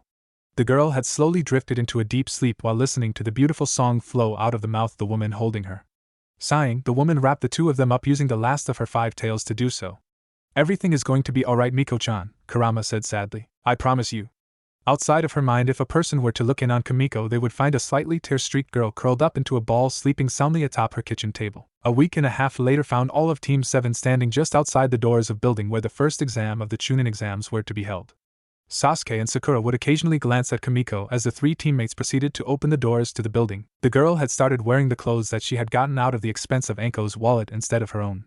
She wore a dark blue zip-up jacket that was completely zipped along with a completely black skirt that stopped just above her knees. It wasn't much, but it was not what either of the 2 genin thought would be worn by their teammate. What truly drew their attention was the color of Kamiko's hair, since last they checked it was blonde and not red. As they walked up to the 2nd floor silently, they caught sight of the commotion that was happening just in front of what was apparently room number 301, the room in which the first part of the exams were supposed to take place. As they slowed their approach, they listened in on what was happening. They watched as a boy with a bowl haircut and a horrible green jumpsuit was knocked down into a crowd of uncertain genin. There were 2 boys, one with a band-aid on each cheek along with his chin and spiky hair, while the other one had short straight hair with no defining traits, were blocking the door with smirks on their face that seemed to look extremely familiar to Kamiko for some reason. The spiky-haired boy laughed at the fallen boy. You plan to take the Chunin exams with that? He said with a sneer. You should just quit now while you still have a chance. You're just a little kid. The guy's partner in crime nodded in agreement and chimed in with a yeah. A girl who resembled that of a small panda due to her figure and 2 buns in her hair kneeled to the side of the fallen boy. Please let us through, she begged to the 2 boys before everyone as she took a step forward to them. A mistake on her part, as a swift backhand to her face knocked her away from the boys and made her cry out in slight pain. Gasp rang through the crowd as they started to talk furiously, yet with a clear level of nervousness in their voices. The voice of one genin was heard clearly as he called the act horrible. The 2 door blockers' jovial expressions over causing large mass nervousness among the group quickly turned into glares.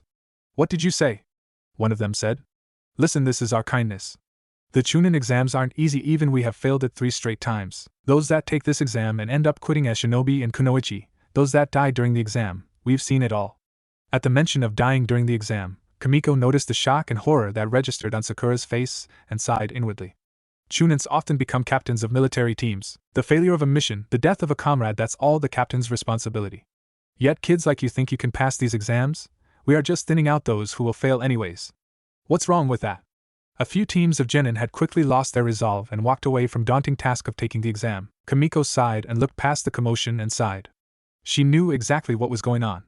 She knew that the 2 boys were most definitely not little boys nor of the lowly genin caliber they were attempting to portray, and b, they were doing exactly what they said they were doing. They were thinning out the number of competitors who wouldn't be able to handle the situation.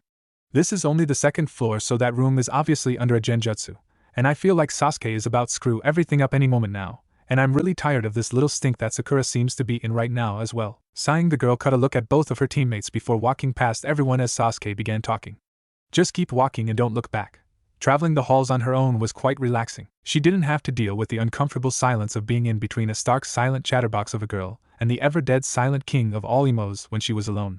The sound of her own echoing steps flowing down the hall sounded beautiful to Kamiko, and she smiled as she closed her eyes and began to hum. She stayed in that peaceful mindset until she arrived at the true entrance to room number 301 with Kakashi standing there in front of it. Where is Sakura and Sasuke? Kakashi asked, slightly puzzled. Did they not decide to come participate in the exams maybe? Throwing a glare at the masked man, Kamiko just pulled the hood of her jacket up, crossed her arms, and leaned against the wall as if Kakashi hadn't said a word at all. Sighing, Kakashi scratched the back of his head sheepishly. Guess you're still mad about your ribbon not being found, I guess. Look, it wasn't like I forgot to look for it nor that I decided to just flat out not do it. Kakashi would have said more, but was stopped by Kamiko throwing up a hand before sliding down the wall to the ground and promptly falling asleep.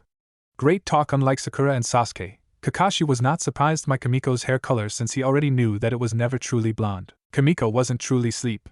She had only tuned out the world so heavily that her body reacted as if she had suddenly laid down to bed. What the red-haired kunoichi was truly doing was feeling the chakra behind the closed door of room 301. There were many chakra signatures behind the door, all ranging from the miniature little nothings to those that rivaled or even surpassed her own. There's not a lot of them, but it seems like there are actually some challenging people behind those doors. Well, this could actually turn out to be a bit more enjoyable than I thought, especially if I end up facing off against one of those two. There were 3 signatures that Kamiko had memorized from a few days ago when she noticed an interaction between them and her 2 teammates while she was passing by. The girl gave thought to intervening but found the thought far too troublesome and just watched from afar to get a feel of the 3 strangers that Sakura confronted on the half of the 3rd Hokage's grandson, Konohamaru. Sasuke was probably only there for the glory of being the savior of the day, but that doesn't matter. To think there is going to be one other Jinchuriki in these exams is quite the girl's thoughts trailed of as she felt a chakra signature that was similar to Kurama's mixed with someone else's chakra the way any other Jinchuriki's chakra felt. Interesting. Kamiko smiled as she finished her thought, thoroughly amused before Kakashi's voice brought her out of her thoughts. All 3 of you decided to show up, Kakashi said as Sakura and Sasuke walked down the hallway towards them. Now we can properly take the exams. Kamiko stood slowly with a frown as surprise registered on Sakura's face. Kakashi-sensei? What are you doing here, and what do you mean by properly take the exam? Putting his hands in his pockets, Kakashi turned so that he could see the entire team. Simply put, the truth of the matter is that this test can only be taken by teams of 3 genin. Shock registered on Sasuke and Sakura's faces as Kamiko let her hood slide forward to cover her eyes, but her frown showed her obvious displeasure. Now I know it seems like I lied to the 3 of you about this being an individual choice, but if I told you the truth, Kamiko or Sasuke might have pressured you to take the exam, Sakura. Even if you didn't want to, if Sasuke asked you would, even though if it wasn't in your heart. For the sake of Sasuke and well Kamiko too, Sakura balled her fist into her dress as she looked up at her sensei. So if only Sasuke-kun and Kamiko had shown up? She asked, feeling she already knew the answer just like the other 2 did. Then the exam would have ended here and they would not get to go any further, Kakashi said seriously. But you came of your own free will. You guys are my proud team after all. Walking past Sasuke and Sakura, Kakashi waved a hand. Now go on and pass this test. Kamiko rolled her eyes behind her hood as Sasuke and Sakura smiled with renewed confidence they got from their sensei's final words. Turning towards the room, the 3 proceeded to open the door and walk in. As the door closed behind them, the renewed resolve that Sakura had gained was visibly shaken as they took in the room they just entered. What is this? She whispered. The room was large and was able to fit a considerable amount of genin into it at once. All of these genin instantly turned their heads towards Team 7 as they entered and the door closed behind them. Sakura shivered slightly as she looked about the room as Sasuke intensified his glare. Sighing, Kamiko quickly inched away from her team to a corner where she could sit in comfort and observe all of the genin in the room without being disturbed. She found she had moved away just in time when Ino launched herself at the slightly surprised Sasuke. It didn't take long for the rest of Team 10 and the members of Team 8 to show up after the girl's appearance. Electing to ignore them all momentarily, Kamiko took stock of the competition in the room. She was able to count that there was roughly more than 60 different genin teams all hailing from different villages to participate in the exams. She noticed a boy with blood-red hair and a gourd on his back sitting with a guy in what looked like a cat suit for clowns and a woman with a giant black board-like item strapped to her back. She recognized them as the 3 Sunanin who had been confronted by Sakura and Sasuke some time back. Having little interest in the cat boy or the girl, Kamiko sized up the redhead. He wasn't much shorter than her, and seemed to be extremely calm as he appeared to be staring off into nothing. Just from watching him now, and remembering how he acted towards Sasuke and his own teammates, she could tell he liked to fight a great deal. The boy most likely loved to kill even more than he liked to fight. My younger brother Shikaku, or better known by the humans, the Ichibi, is within that child, Kurama said as she spoke out of Kamiko's mind so suddenly that the girl jerked slightly. He isn't the most stable of us Biju, and he loves to torment his Jinchuriki, unfortunately. That boy over there may seem like he has it all together, but I bet he is truly deranged and hasn't slept in a very long time. I would advise you to be extremely wary of this character Miko-chan. You never know what he might try to do. Yeah, I got that. And can you give some sort of warning before you start talking or something? I'm not used to you talking to me like that, Kura-chan, and it scared the crap out of me, alright. Kurama chuckled as she agreed to find a way to announce herself before she began to speaking to Kamiko. Now let's see if I can find that other Jinchuriki. It seemed like it might have come from now. What the hell is going on over there? Among Team 7, 8, and 10 sat a boy wearing glasses with short, spiky silver hair who was kneeling before them. Kamiko stalked forward so that she could hear what was being said. The silver-haired boy chuckled as he looked at Sasuke, who was kneeling beside him alongside Kiba. There are some guys you're worried about, huh? Anyways, the info on all of this exam's participants isn't perfect, but I do have it. Even about you guys. Say something about these guys and I'll take a look to see if I can find them for you. Narrowing his eyes, Sasuke clenched his fist. Show me Gaara of Suna, Rock Lee from Konoha, and Uzumaki Kamiko from Konoha as well. Surprise registered on everyone's faces as Sasuke asked for information on his own teammate to be revealed out loud in front of potential enemies, but all of them kept quiet about their opinions of the boy's choice. Glasses sighed playful as he waved a deck of cards in front of his face. Oh, you know their names. This should be much easier than it would have been then if you hadn't, but a lot less fun. As the boy swiped 3 cards out of the deck, Kamiko inched closer to the group. Okay, first is Rock Lee. He is a year older than you guys. Mission history: 20 completed D-ranked missions and 12 completed C-rank missions. His sensei is Madio Guy. The guy's taijutsu has improved greatly in this year, the rest is nothing impressive. Last year he gained attention as a talented genin, but he did not participate in the exams. Like you guys, this is his first time. The members of his team are Hyuga Niji and Tenten. The genin surrounding him were all surprised at the amount of information that was on the small card about one of their own fellow Konoha ninja and made a few of them feel uncomfortable. Next is Gaara, the boy said as he pressed on. Mission history: 8 completed C-rank missions and 1 completed B-rank mission. Wow, a B-rank mission as a genin. That is pretty remarkable. The members of his team are his brother Kankuro and his sister Tamari. Since he's a newcomer from a foreign country, I don't have much info on this guy, but it seems he has returned from all of his missions without even getting a single scratch on him. Sasuke grunted in frustration as the boy moved on to Kamiko's card. Everyone waited a moment as the silver-haired boy glared at the card as if it offended him. That's strange, he said as he turned the card towards the other genin. I have less on this girl than I have on anyone else. All my cards come with at least a picture of the person, but hers isn't there. Her skills are said to be widely unknown and that no one has even heard of her until recently. All I have on it is her name and her teammates. Which would be you, Sasuke-kun and Sakura-chan. All around who were able to hear the first 2 information on the cards were surprised at the revelation of the girl's completely blank card. It was a dilemma that the silver-haired boy didn't seem to like. It was at this time that the hooded girl herself decided to appear in between Sakura and Hinata while standing just behind Sasuke himself. What the fuck do you think you are doing, you team? Hinata squeaked softly in surprise as she jerked away from Kamiko's sudden appearance, while Sakura swiftly turned to the girl with surprise written all over her face. It felt like someone had thrown each and every person in the room into a freezer, as they all could feel the chilling tension that suddenly came into being. The look on Sakura's face slowly turned from one of surprise to one of slight terror, as she began to take slow shivering steps away from Kamiko as Sasuke slowly stood and he turned to face Kamiko. He looked into her eyes with a glare to match hers as he seemed to be trying to use his slight height on her to intimidate her. No one in the room could understand the way the 2 genin were reacting to the girl who had suddenly appeared before them and felt the need to observe the situation. I asked you a question, damn it, Kamiko said with little to no kindness in her voice. What the hell do you think it is that you are doing by trying to reveal information on me in front of so many potential enemies? Sasuke only intensified his glare as he took a threatening step towards Kamiko, which was the mistake he would soon regret. Kamiko sighed before she stepped closer to Sasuke. Don't try and push me here, Uchiha. You may think you're some kind of badass or something, but I can bet over half the genin in her are most likely just cannon fodder. Kind of like you and Sakura. Another step was taken that put Kamiko's fairly large chest against Sasuke's. It forced her to look up at the boy, but with only one menacing eye as the slant of her hair and hood covered the other.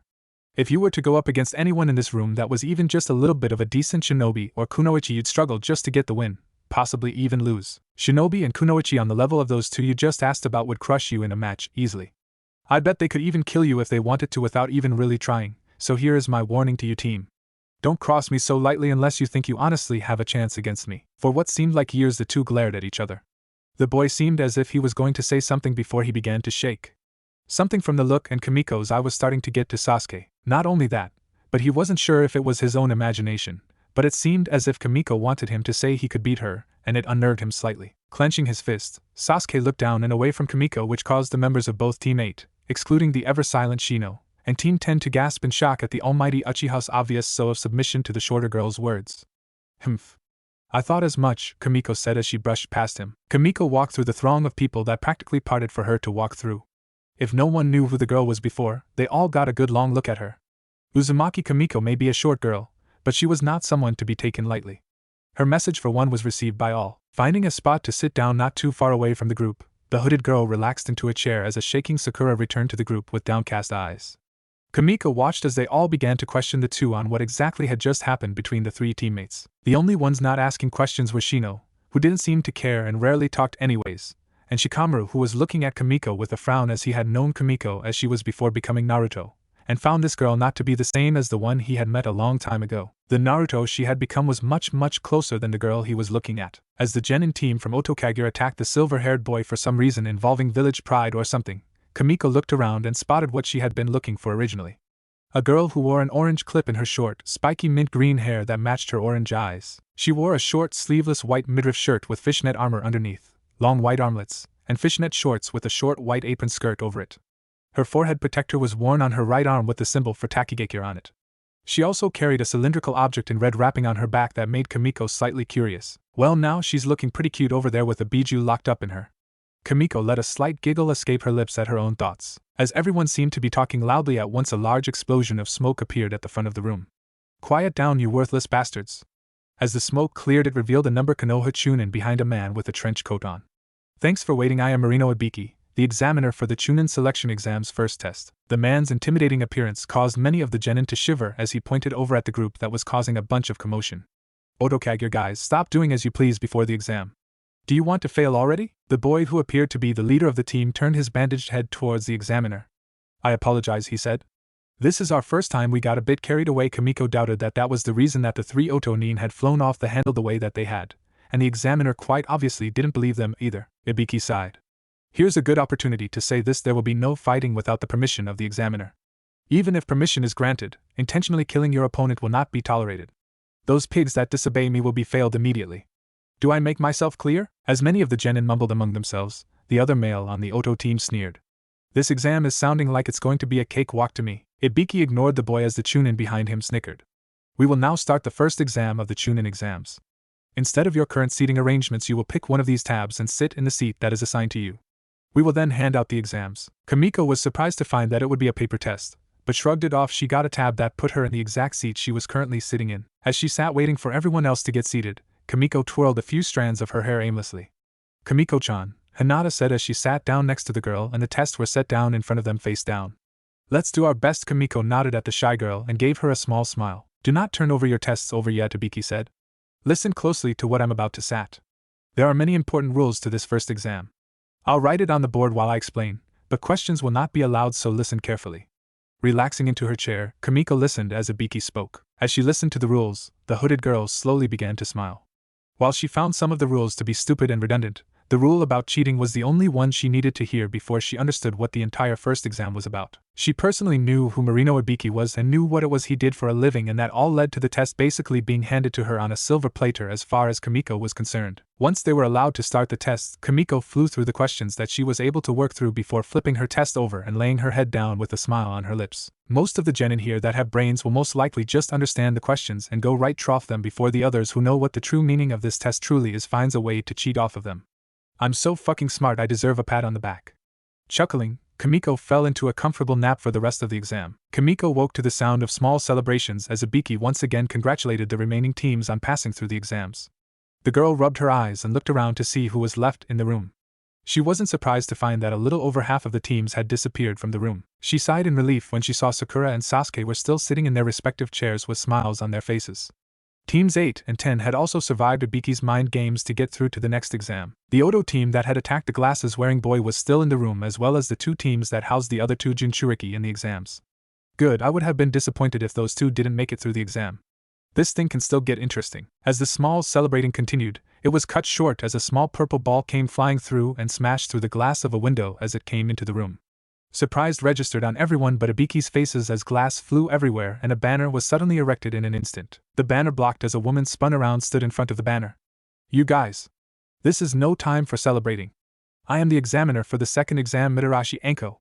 Now let's go, follow me." Silence enveloped the room as Kamiko slowly let her head fall to the desk with a soft thump. "I love my Anakin, I love her so much, but she is so. Ibiki pulled the banner away slightly as he peeked around it at Anko, who had struck a slight pose. "Bad timing," was all the man said to her as everyone just stared at her. Looking for anything to draw attention away from herself, Anko counted the number of remaining genin and was surprised at the remainder. 132? She said while looking at the first examiner accusingly. Ibiki! You left 44 teams? The test was too easy this time, Ibiki merely chuckled. This time there are a lot of outstanding ones, whatever. That's fine. Anko turned towards group of genin. I'll cut them in half in the second exam at the least. Surprise etched its way into the faces of many. I'm starting to get excited. I'll explain everything once we have changed places, so follow me now. As everyone followed Anko out of the room, Kamiko made sure that she was right next to the examiner as they walked on. Without looking at her, Anko sighed.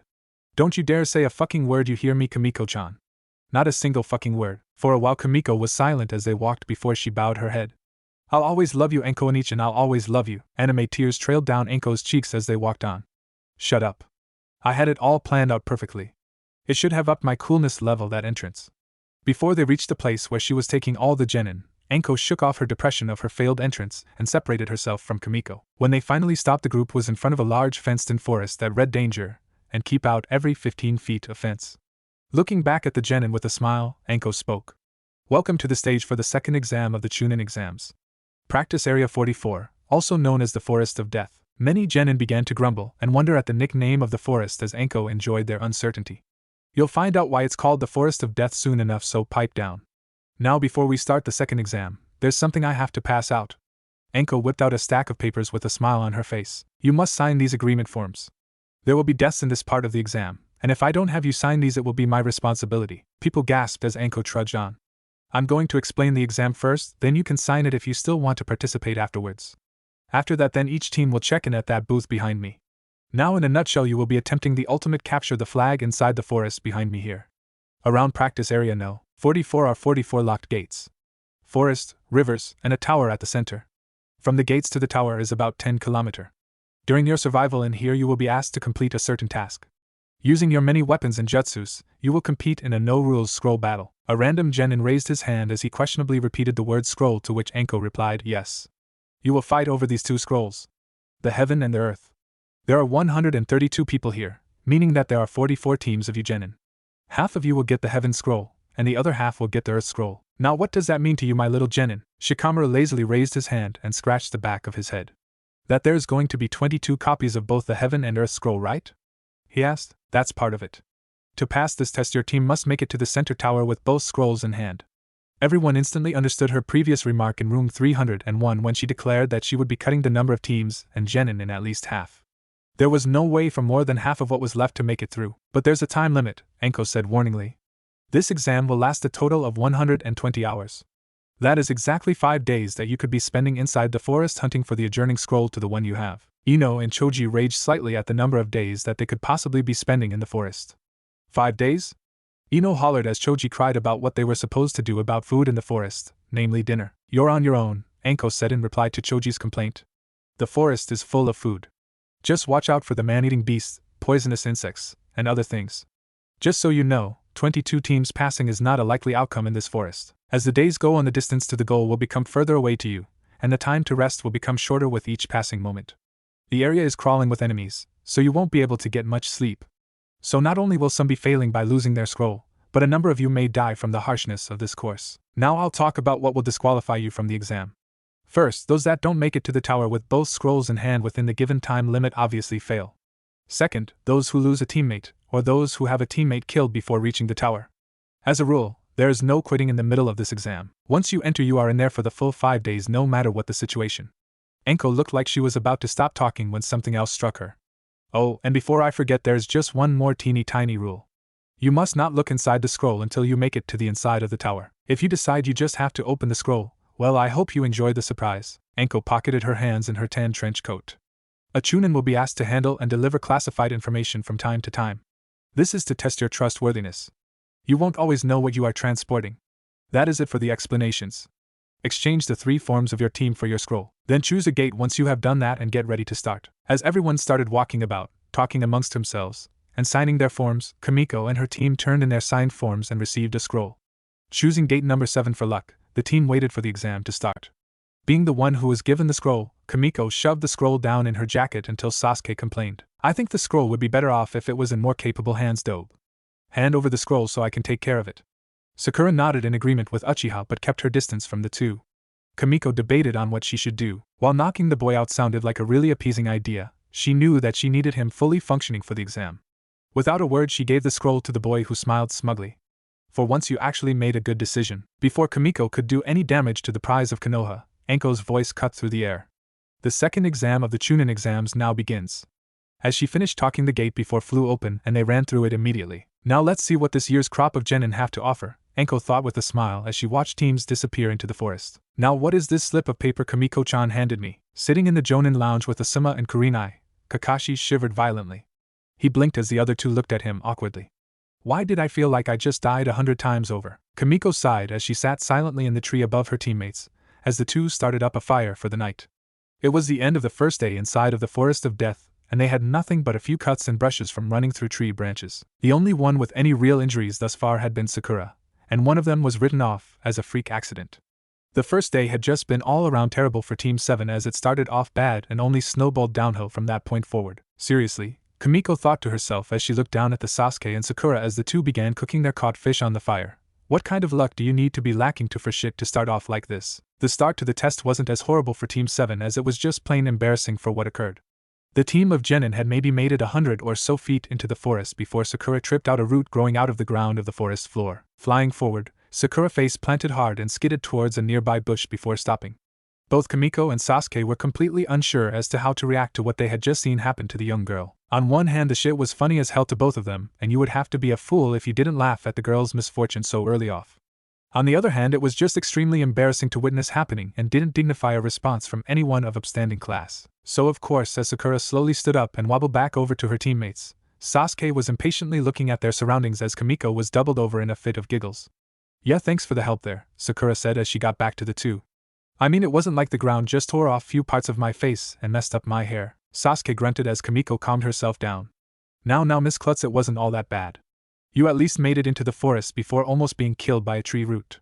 Sakura huffed as she began pulling fallen leaves and twigs out of her hair. There were a few cuts on her face from skidding on the ground, but none of them were so bad that they needed any kind of treatment from anyone. Don't start squabbling here, Sasuke said, gaining a glare from Kamiko for his words. Now isn't the time for your emotions to be getting the best of you. Sakura smiled widely as she nodded vigorously, and Kamiko just rolled her eyes as she stuffed her hands into her jacket pockets. We should make a plan to get through this forest as fast as possible. The quicker we get out of a place like this, the better. At least I have emotions, Kamiko mumbled to herself as the three genin began to jog through the forest. So I'm guessing that you already have some sort of plan all laid out for us, Your Majesty, the hooded redhead said with a slight drawl in her voice. Sasuke glanced at her as they walked but stayed silent. If you have one, I am sure that Sakura would be just as interested to hear what it is as I am, if not 1,000 times more. Still nothing came out of the lone Uchiha's mouth as the three continued forward.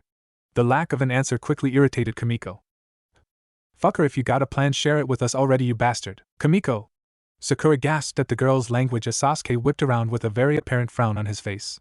As he paced towards Kamiko, the girl smiled and leaned forward slightly in anticipation. Come on, you guys, calm down, Sakura said with worry as she stepped in between the two. We can't start fighting each other here. I mean, we haven't even gotten that deep into the forest. We've gotten far enough in, Sasuke said cryptically as he took up a fighting stance. Sakura was unsure of what exactly was happening. Both Sasuke and Kamiko seemed dead set on using this chance to tear into each other, and there was nothing that she could realistically do without getting herself most likely hurt in the process. Making a tight fist, she decided she would stop them anyways just as the first group of giant spiders fell all around Team 7. All of them varied in sizes, but none of them were smaller than the three genin. They were coated in thick brown and black fur that looked more prickly than soft. A strange clear fluid coated their fangs and slowly dripped down from them. We've gotten far enough into the forest for the test to truly begin. Smiling wickedly, Kamiko quickly lashed out at the closest spider to her with a kunai. Letting out a shrill shriek that agitated its brethren, the giant spider recoiled as Kamiko's kunai sliced through half of its eyes. As the arachnid pulled away from her, Kamiko launched the kunai in her hand with all her strength at the head of the spider. With a soft thunk and squelch, it sunk into the spider's head, killing it instantly. There was a moment's pause as the spider convulsed and fell back before curling in on itself. As soon as it was completely still, the attack began. Kamiko was quickly surrounded by three spiders that launched themselves at her with dripping fangs and trailing web. Freeing her left hand from her pocket as she spun around, the girl unleashed her sever sword from it and sliced them all in half with the ease of pushing a steak knife through butter. As her rotation came to a stop, she dropped the tip of the blade into the ground beside her. Gonna tear these overgrown pieces of shit into even smaller pieces of shit. Yeah. Kamiko could barely contain a slightly crazed giggle as she suddenly charged forward with more of the insects leaping out at her. Sakura watched in awe as Kamiko began to tear through a group of spiders as if they were no more than playthings to her. She watched as her teammate twisted amongst their ranks, and cut apart anything that came near her. It was hard to tell whether there was any technique in Kimiko's wild attacks or whether or not the girl was just going plain crazy on the unfortunate spiders. Looking behind her, Sakura saw Sasuke weaving about the enemy with a great amount of speed as he continuously released a mixed hail of shuriken and kunai that cut into their eyes and large abdomens. After he was done using the insects like target practice, Sasuke quickly whipped through a set of hand signs. Fire style, Phoenix Flower Jutsu. As multiple bullets of fire slammed into them, the spiders shrieked as they burned. The young girl was slightly amazed by what she was seeing her teammates do to the spiders, but more so she was terrified. To the knowledge of very few people, none of whom was on her team, Sakura had a major case of arachnophobia. Slow but surely the terror she felt drove away all the awe that the girl felt and left her trembling. She stumbled backwards until she bumped into something that was uncomfortably moist and sticky. Whipping around, the young kunoichi found herself face to face with one of the largest spiders of the group. I'm dead. Now what happened next could have viably happened to just about anyone who found themselves in the same situation as the pink-haired girl.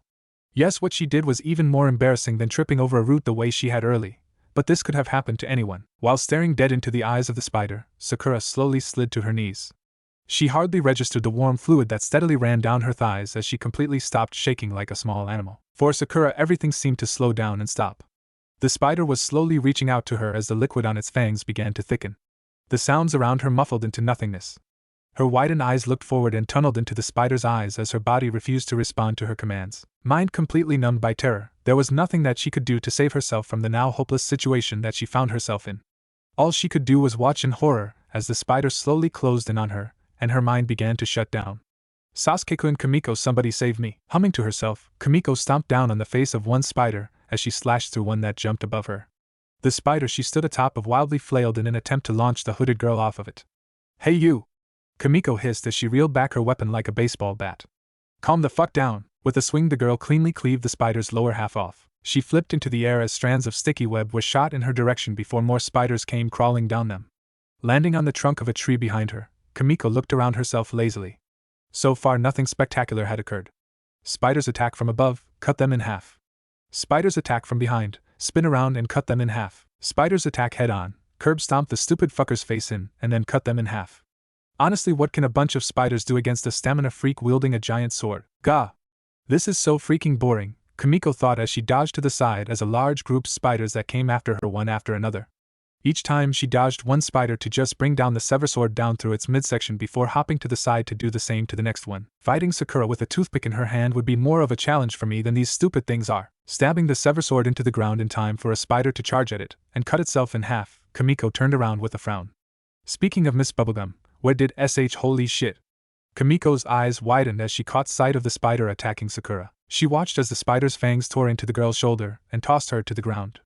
Quickly it scuttled atop her before rapidly moving all 8 of its legs. Faster than she thought any of the spiders could move, Kimiko watched as Sakura was bitten, tossed, covered up, and wrapped in web. And now said girl was being dragged away in her cocoon to Lord knows where. Damn it all! Sasuke, roast as many of these things as you can and catch up to me. I'm going after that spider. And Sakura, kicking the blade out of the dirt, and shoving it back into her jacket pocket, the girl rushed after her captured teammate. Sasuke bit back a growl as he released another volley of miniature fireballs at a group of spiders while backpedaling. Like Kimiko, he had witnessed what had happened to Sakura. He had started to rush to the girl's aid, but was cut off by a few spiders who burned in their attempt to do the same thing to him. The young Uchiha did not like having to do what his teammate said since it was the equivalent of taking orders from the girl, but he knew that the enemy had to be taken out. After dodging a few lunging spiders, a smirk grew on the edge of Sasuke's face. This situation might be useful to me. For what better test of survival than this? For fuck's sake, slow down already. Kimiko tailed the spider that carried Sakura as it seemed to increase its speed by the second. Damn it! Seriously already? How the fuck is this thing outpacing me? She was not too far behind the fast-moving insect, but she was not yet close enough to do anything to stop the spider's progress. Well, at least without harming Sakura in the process of doing so. It was quite odd though. The spider was running away from Kimiko. Yes, that much was apparent, but at the same time it seemed to be moving with a destination in mind. Like there was somewhere it had to get Sakura to at all costs. Maybe a web to attach her to for slow eating. Maybe to a horde of more giant spiders. Or maybe something that would be way worse than both of the two combined. Kimiko! You must stop that spider now. Kurama's voice rang out urgently in Kimiko's mind, making the girl flinch slightly. Wherever it is trying to get to is not good. Stopping it now at the risk of hurting your teammate is much better than waiting to find out where it's taking the girl. Kimiko sighed as she gave a mental nod. I got you, Kurachan. I'll get that thing right now. Reaching into her pocket, she withdrew the sever sword and began channeling chakra into it. She slowly let the blade fall behind her. Kamiko mentally took aim at the head of the arachnid. Well, maybe this will work out perfectly and Sakura will come out of this unscathed. As the blade fell back, she began steadily pouring more and more of her chakra into it. Once it reached the point of pointing directly out behind her, Kamiko twisted her body and launched it forward with all of her strength. With a fine line of violet outlining the blade, it flew through the forest ahead of her. It spun point over hilt while cutting through all branches in its way and tearing chunks out of trees. The thumping of its spin vibrated out as it neared the unsuspecting spider. Keeping up with the spider still, the girl watched as the blade got closer and closer to its target. For a reason completely unbeknownst to Kamiko, the spider stopped running abruptly just seconds before the sword would impact it. The girl's eyes widened at her fucked up luck. You've got to be fucking kidding me. Audibly smashing into the ground, the sever sword sliced off the head of the spider. It was only able to give out a small screech before its head fell to the ground, and its body convulsed before rolling over and curling into itself. Dropping down next to the severed head of the spider, Kamiko punted it away as hard as she could. You piece of shit. Making me chase after you like that. The girl sighed and shook her head before turning towards the cocooned girl with a slight frown. She scratched the top of her head through her hood as she looked down. There was a cut that went across the cocoon that Sakura was in. It was obvious that the sever sword was the culprit. There was no doubt at that since the blade was stuck in the ground right next to the cocoon. What was really the problem was that Kamiko was unable to tell if the cocoon was the only thing that her weapon had cut into. Damn, the hooded girl said as she plucked up her sword and slammed it back into her pocket. If that stupid-ass spider wouldn't have stopped running like it did, then I would have never even have touched the stupid cocoon. She lightly kicked the cocoon with the tip of her shoe for emphasis. Kurama chuckled slightly in her mind. If I recall correctly, she said cautiously, that wasn't what you were thinking before you had no choice to throw it. Even as you were about to, you still weren't sure if you were gonna be able to miss hitting the girl in there. The fox's amused yet cautious chuckling did not sit well with Kamiko at all. What are you talking about? She thought as she reached down and tried to pick up the silk cocoon. She quickly found her hand stuck to it, and used all of her force to push it away with the bottom of her foot. Fortunately, it freed her hands, but now her shoe was stuck to it. Growling, Kamiko stuck her other shoe to the cocoon as she proceeded to take them off. I'll just leave them there. Anyways, I totally had the situation under control from the beginning. All I had to do. What are you doing? The girl could feel the demonic chakra slowly coursing throughout her system. Since the moment Kamiko punted away the spider's head, Kurama had been steadily feeding demonic chakra into it. What is the first thing I ever taught you, Miko-chan? A slight crunching sound from above made Kamiko look up. Always pay attention to your surroundings no matter what the situation is. Kamiko's face slowly went from an expression of pure confusion to one that just screamed this shit is total bullshit. It was only now that she was realizing that the area she was in was uncharacteristically dark even for the forest of death. The only explanation for said darkness had no other choice than to be the massive spider's web that hung above her, blocking off much of the sunlight. The web stretched in all directions as far as Kamiko could see, and most likely even further in some areas. Amongst the web were many silk cocoons of every shape and size attached to it. Some of them swung lifelessly in the wind while others seemed to wiggle around slightly with its contents, trying to figure a way out of its new, and most likely last, home. As she looked around at the web and its cocoons, Sasuke dropped down next to her. Lovely, isn't it? She said without looking in the young Uchiha's direction. His sole response was a soft grunt as he too looked around. Both of the genin looked around in circles until another soft crunch was heard above them. Instantly Sasuke fell into a fighting stance as Kamiko slightly tilted her head in the direction of the sound. Kurachan, what's coming? What did you give me your chakra to fight against? The soft crunch was heard again, and the two team members glared in the direction. You have it all wrong, Kurama said calmly. The soft crunch came again, and then again, and then again. Whatever was heading in their direction was picking up speed. I didn't give you my chakra to fight what is coming. A loud screech that deafened the two genin, and made them cover their ears as they squeezed their eyes shut. When the screech stopped, they slowly began opening their eyes before they popped all the way open. It was so that you can run away. Without even a second's thought, or even a word to each other, Sasuke and Kamiko turned on their heels and ran, with Kamiko attaching the cocoon Sakura to her back. Another screech ripped through the forest as the two began leaping through the trees themselves to give them both that extra small boost in their speed. Neither dared look back to see if they were being chased by what they saw, but risked a short glance at each other. In the one wordless instant, the two genin both agreed unanimously that what just happened was never to be spoken of, and if anyone asked them about what happened, they just performed a tactical retreat, and that was the end of the story. Eventually the two stopped running and found a place to settle down into for the night. They took that time to cut the silk cocoon off of Kamiko's back with a kunai, and then cut Sakura herself out of the cocoon. The pink-haired girl was ever so slightly paralyzed from the poison on the fangs of the spider that took her away. It would take a few minutes, but in time the paralysis will wear off. In the meantime, shooing away Sasuke to find some good wood to start a fire, and stones to contain said fire, Kamiko took off Sakura's shirt and treated her wounds. There were 2 large punctures in her back along with a long cut from the top of her right shoulder to the tip of her left hip. Kamiko felt slightly bad for cutting the girl, but blamed the spider more than anything else. She quickly set about patching the other girl's wounds as her paralysis wore away. The ever-so-fearless Kamiko and the almighty Uchiha ran away together in fear of what they saw, Kurama teased as Kamiko looked down at her teammates from her post.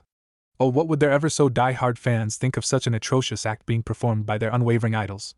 Oh, the horror they must be having. Furiously growling, Kamiko kicked out at the trunk of the tree she was in. She crossed her arms and pouted slightly like she was no more than a child. For the last time, Kurachan, we did not run away.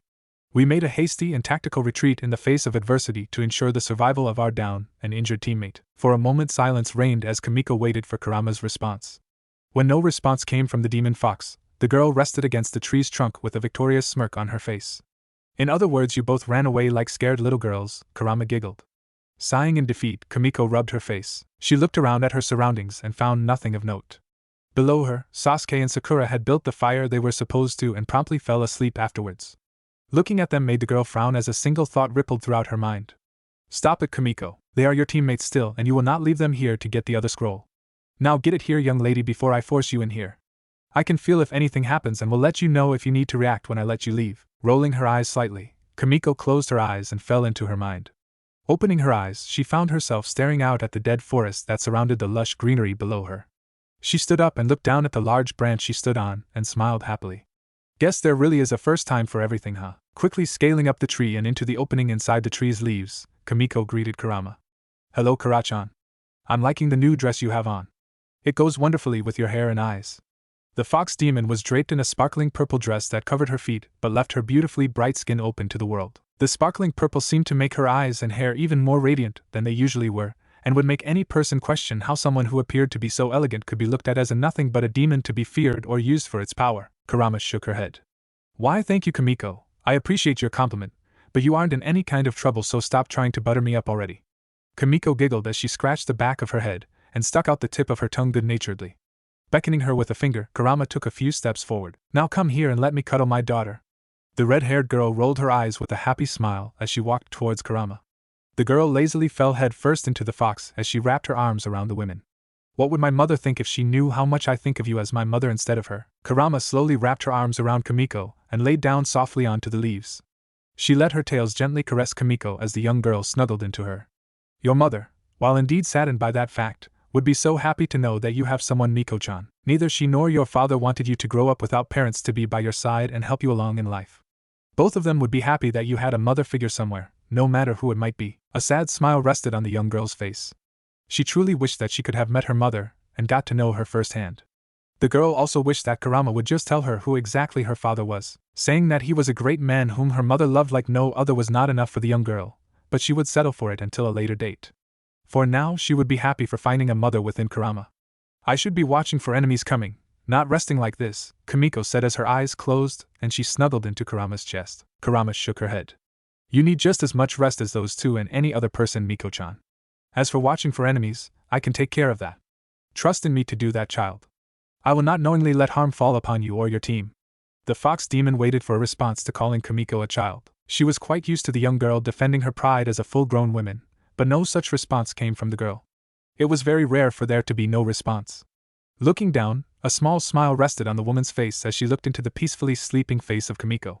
To her, the sight of such innocence was something to be treasured. Unfortunately, even such innocence can be tainted by the harsh and unforgiving events that life has the ability to deal out. Oh my dear Miko-chan, Kurama said as a faint aura of an unsightly dark purple enveloped the young girl and made her face scrunch up in pain as her breathing became irregular. How I wish to rid you of this pain forever. She swept her tails gently around the girl until the aura began to fade, and Kamiko once again became peacefully dormant. A mother who can barely protect her daughter from her own nightmares. What am I to do? Holding the girl closely, a single tear as blue as the sky rolled down both the mothering fox's face. Wake up! Sakura freaked out as she felt herself being forced awake by someone. It didn't help her freaking that she felt something being pushed onto her face that reminded her of her silk confinement. With a screech, the girl lashed out with her fist. A few times she connected with something solid. Hey! Ouch! Stop it, you bitch! A hard knock on the top of the head made the young girl temporarily stop before she frantically wiped at her face. Sakura blinked open her eyes to find an irritated Kamiko standing in front of while rubbing her chest. She also found a good amount of dirt littering her clothes. What? Did you kick dirt onto me? Kamiko shrugged at the other girl's accusing glare. You're up, aren't you? Plus you were in the way of the fire. Kamiko pointed at the pile of wood that was covered in dirt. With a pout, Sakura dusted herself off as she stood up. Anyways, make sure all your stuff is still good to go. We're heading out to find the other scrolls soon. Sakura rubbed the remaining dirt away from her face as she looked around. She quickly noticed that she saw no trace of her crush. Where is Sasuke-kun? We can't leave without him. An eye roll was all the girl received from her teammate. No, seriously. Where is Sasuke-kun? If you think we're going to leave him behind for 1 second, then you got another thing coming. A frown stuck on Sakura's face as she placed her hands on her hips. Don't tell me you two are going to start arguing as soon as you wake up. Sasuke strolled out of the trees with a frown as he looked at the two girls. If that's really all you two are going to do now, then can you at least save it for when we aren't surrounded by nothing but potential enemies? Now are you guys ready to go or not? Both girls nodded, even though one of them still had not checked to make sure all of her stuff was as it should be. Yeah. We're ready to go. Seriously, who died and deemed you leader of this team? TCH. Turning around, Sasuke strolled back into the forest with Sakura trailing close behind him and Kamiko quickly taking to the low branches of the trees. I checked the surrounding area and there is a team not too far from where we are now. Only one of them was awake, and she didn't seem that intimidating. Not only that, but she was obviously tired. If we get there soon, we should be able to catch them all off guard while they're just waking up. Sounds like an easy team to me, Kamiko said from above. We probably don't even need to use anything all too powerful against this team. The others nodded in agreement as they all took off to quickly take away the team's scroll and get out of the forest as fast as possible. They would finish with 2 or 3 days to spend relaxing at the tower in the middle of the forest. That's exactly what would have happened to had they not immediately been blindsided by an unrealistically powerful gust of wind. Being caught by the wind, they were all thrown to the side like rag dolls. Sakura and Sasuke were slammed into a couple of trees before falling to land on the ground, with the Uchiha immediately assuming a defensive stance. Unfortunately for Kamiko, she was forced much further away from the other two. It was as if she was hit by the center force of whatever drove the wind. Spiraling through the air, Kamiko did her best to try and slowly reduce the speed at which she was moving. She tried grasping on to passing branches only to miss them or have them break off. Curling into a ball only seemed to make her fly even faster, and aid in making her overly dizzy. Oh dear lord, I can't handle this. Miko-chan, just calm down. You just need to figure out how to at least grab onto something that won't break. Or try to catch onto a tree and stick to it with your hands like you would with your feet. No, oh no. Just as that thought passed through her mind, Kamiko slammed back first into a tree. The breath was forcefully driven from her body just before she lost whatever content her stomach may have contained. The girl dropped and landed on her side as she continued to puke next to her. As her stomach began to settle, the girl groaned and rolled onto her back. Slowly her breath returned as well. Oh dear, Kami, never let that happen again. A rough cough racked her body as she rolled into a kneeling position. That was just horrible. A soothing warmth began to fill the girl's stomach. I should have known that was what was wrong with you, Kurama giggled. Only you, Miko-chan. Only you? Ugh, how can you laugh at a girl's pain like that? If I ever have this happen to me again, I'm going to die. Kurama fell into a fit of laughter at the young girl's over-exaggerated pain. As the fox laughed, Kamiko rolled onto her hands and knees. She wiped her mouth with the back of her hand before freezing in place. Slowly looking up, the girl found herself staring into the deadly eyes of a giant lightly colored snake. A full minute of silence, with the only sound being the hissing of the snake, passed until the hooded girl sighed. Fuck my lee. Before she could even finish her sentence, the snuck struck out and swallowed her and the surrounding ground whole. Faye, I don't think your life is that terrible, Miko-chan. You just have a horribly low grade of luck when it comes to certain situations. Like this one now. Yeah. Speaking of this situation, why didn't you warn me that a freaking snake the size of my fucking apartment building was coming to attack me? Oh, that I was too busy laughing at you to get it out before it was pretty much far too late for my warning to keep you from being eaten. I freaking hate you for this. You love me, Kamiko grimaced as she slid down the inside of body of the snake continuously. She was not finding her current position to be anywhere near what she ever thought she could possibly end up.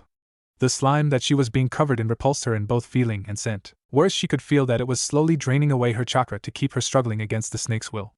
Oh dear, Kami, can it get any worse than this? Don't you dare answer that, Kurama. The fox demon chuckled in the girl's head. Ugh, the young girl thought as she closed her eyes against the slime. I can't take this much longer. I need to get out of here before it starts actually digesting me or something even worse. She twisted as much as she could and hoped that she was facing towards the back of the snake. Kamiko clenched her fist as she began to concentrate greatly. Her fist began to gain a faint purple shine to it as chakra built up inside of it. She struggled to turn it so that her thumb was pointing away from and exhaled a heavy breath from her nostrils. Her fist glowed even brighter as she began to pull it down. Wind style, Gale Force Palm. Opening her fist, Kamiko thrusted her palm up with all might as a violent wind tore into the back of the snake. From the outside view, everything looked quite fine and peaceful. The breeze was blowing slightly across the tree leaves. The sound of a nearby stream trickling along made the surrounding view serene. Insects could be heard sounding off in harmony with the stream.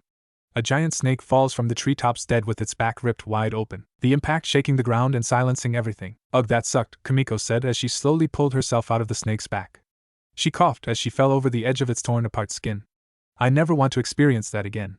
The girl stood and stumbled over to the nearby stream before dropping herself into it. She splashed about wildly to get rid of all the slime that was on her body before standing up again. You know, Miko-chan, I could have burned away all of the slime on you with just a little bit of my chakra, Kurama said softly. The young kunoichi silently stared down at the water below her blankly. I'll just dry you off with its heat instead. You just get back to your team. My team? Kamiko looked around herself for a moment before itching the back of her head as her clothes slowly began to dry up. Oh yeah, right. I kind of forgot about them. Guess I should figure out what the hell happened. The girl silently berated herself for actually forgetting about the other two genin. Even if she didn't like them, she still needed the two of them. Kamiko was by no means a true censor, but she knew enough about the basics of being one to feel a little ways around herself. Closing her eyes, she began to get a feel for the area around her. At first, she was only able to get a blurry feel of the area around her, that she could easily see with her own eyes open, before her field of view exploded outwards. Slowly she picked up on the direction from which she came. Curious about how far back she could sense, Kamiko pushed her field of view completely into the area. As her field of view stretched on, Kurama smiled. It seems you have gotten much better with your sensing since you were younger, Miko-chan. I remember the time when you could barely sense a gnat flying about your head. Kamiko's only response was a small grunt. You would try so hard as I coached you on feel the area around you. It took you a while, but soon you were taking to it like a leaf to the rising wind. I bet that you could take on anyone. Kamiko abruptly yanked back and opened her eyes as she gasped for air. She clenched her fist as she slowly calmed her breathing. What was that? A strong dark presence had suddenly appeared down Kamiko's intended path, and was too sickening to bear. It was twisted and seemed to try and ensnare Kamiko's senses. Whoever is in that direction is definitely not someone to be dealt with lightly. The amount of bloodlust and power that person holds, no. I can't even guarantee that what is over there is even human. Kurama said softly. Miko-chan. Kamiko took a deep breath as she tilted her head back. I need those two alive to pass on to the next part of the exam, right? Kurama was silent as Kamiko trudged forward. If I die, I'm haunting Kakashi. Sasuke and Sakura sat in front of the person before them, shaking. Sasuke sat back and shook as he tried his best to harden his eyes into a glare. Sakura, Sasuke said as he turned his head to look at the girl. His eyes widened as he took in the sight of the girl. Sakura was kneeling with her hands dropped between her legs and shaking much like he was. The only difference was the pure terror and tears that were spilling from the young girl's eyes. This is bad, Sasuke thought as he looked back towards the shinobi before them. We have to get away from this guy. There's no way we can get through this without being killed. The Kusa ninja chuckled darkly. He had unnaturally pale skin with long straight black hair, and his lips painted a dark purple. He wore plain tan garbs with black pants, and a thick rope-like purple sash wrapped around his waist. Serpentine-like eyes stared daggers at the two genin before him. Can you two no longer move? He asked yet stated. What a pity, he sighed, and I was looking forward to actually having something of a challenge here. With a disappointed look on his face, the ninja flicked two kunai at Sasuke and Sakura. Just as they began to near them, Sasuke activated his Sharingan and launched himself at his petrified teammate.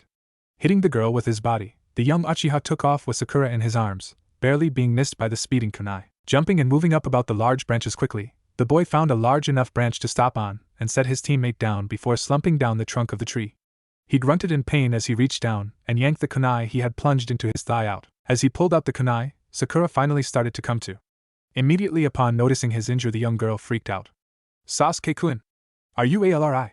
Sasuke's swift hand covered the girl's mouth as he placed a finger to his lips before looking around the edge of the tree trunk panting. Quieting down, Sakura looked at Sasuke's face and could barely recognize the panic in his eyes. For Sasuke-kun to panic this much, she thought. I've never seen him get like this before. We truly are in that much danger, aren't we? A movement off to the side of Sakura caught her attention and made her gasp as she looked at what it was. With wide eyes she struggled against Sasuke's hand with muffled cries. Quickly she just shoved her crush's hand away from her face. Sasuke-kun! Snake! Twisting about as fast as he could, Sasuke abandoned the tree branch they were on just as a large snake struck out at them. Damn! I was panicking so much I didn't notice the snake sneaking up on us. Flipping through the air, the boy watched the snake prepare for another strike as Sakura dropped down to the one below. As the snake struck out once more, Sasuke found his senses clouded with fear. As the reptile opened its wide mouth, he saw the image of the Kusa ninja's face just beside. He roared as he unleashed a hail of shuriken onto the snake. Get away! The projectiles tore into the mouth of the snake and took away most of its momentum. Sasuke landed not far from Sakura as the snake fell with a loud thump onto a lower branch. The two genin paused to get control of their breathing, only to be interrupted by a sinister laughter. Shocked, the two watched as a lump began to form on the head of the now dead snake. Slowly the lump opened up as the Kusa ninja gradually rose out of the snake's side. Slime covered the boy's body as he rose to a semi-standing position and chuckled.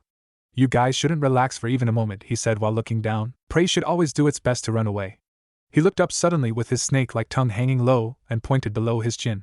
Especially when they're in the presence of a predator. Both Sakura and Sasuke took a step back from the boy's menacing look, the slime dripping from his body making him appear like an reanimated drowned body stalking them. Seeing their hesitation, the boy launched himself at Sasuke by wrapping his body continuously around the thick tree branch like a snake as he advanced forward on the frozen Uchiha. Eyes widening, Sakura's mind raced before she quickly snatched a handful of shuriken from her side pouch and launched them in front of the snake-like figure.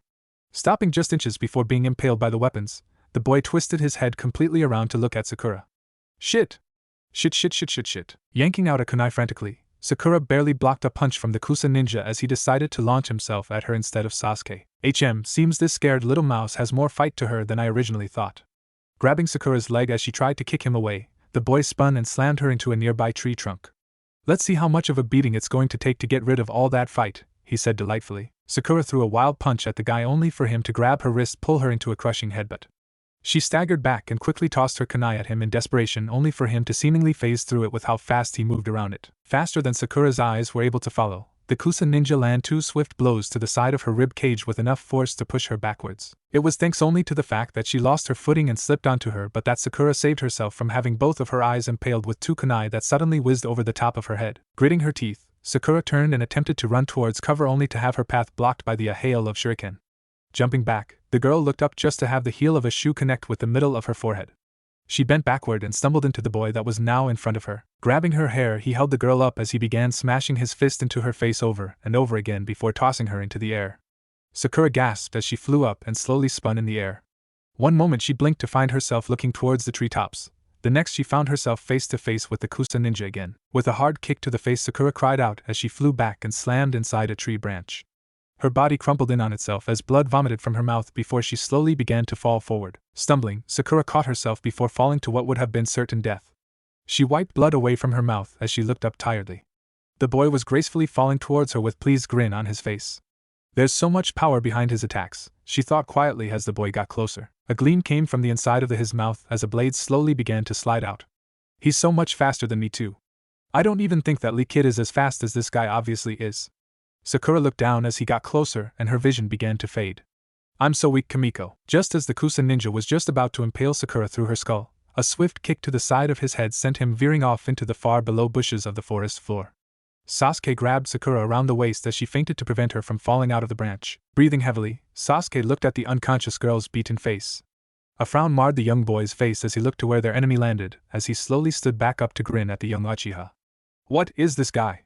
A fall from up here would kill just about anyone if they couldn't catch themselves. Carefully resting Sakura's body down, Sasuke dropped down to land a few feet away from the Kusanin. Who are you? He demanded as he glared into the boy's eyes. You obviously aren't the average genin participating in the exams. Are you even a genin at all? The pale-skinned ninja chuckled as he covered his face with one hand. You are right, my dear Sasuke-kun. I am not a genin participating in these pointless exams that line you all up to be pitifully slaughtered. Sasuke gritted his teeth as the boy dropped his hand. As for who I am, you have yet to earn the right to learn that, Sasuke-kun, and it doesn't look like you will ever be if you let a girl fight your battles for you. Now come and die at my hands. With a wide grin, the Kusa ninja spread his arms wide as he laughed crazily. Sharingan blazing, Sasuke took up a fighting stance with weapons in both hands and a kunai in his mouth. Come to him, and die, he says. Humph, I don't care who he is. I must survive to kill my older brother. At least that is what I believed. Jumping into the air, he fired multiple kunai at the other boy who nimbly dodged each of them while rushing towards the young genin. If I can't risk my life in a situation like this, then how do I expect to kill someone like my brother? Using a tree to spin around, Sasuke vaulted himself forward past the oncoming boy with a spinning shuriken in hand.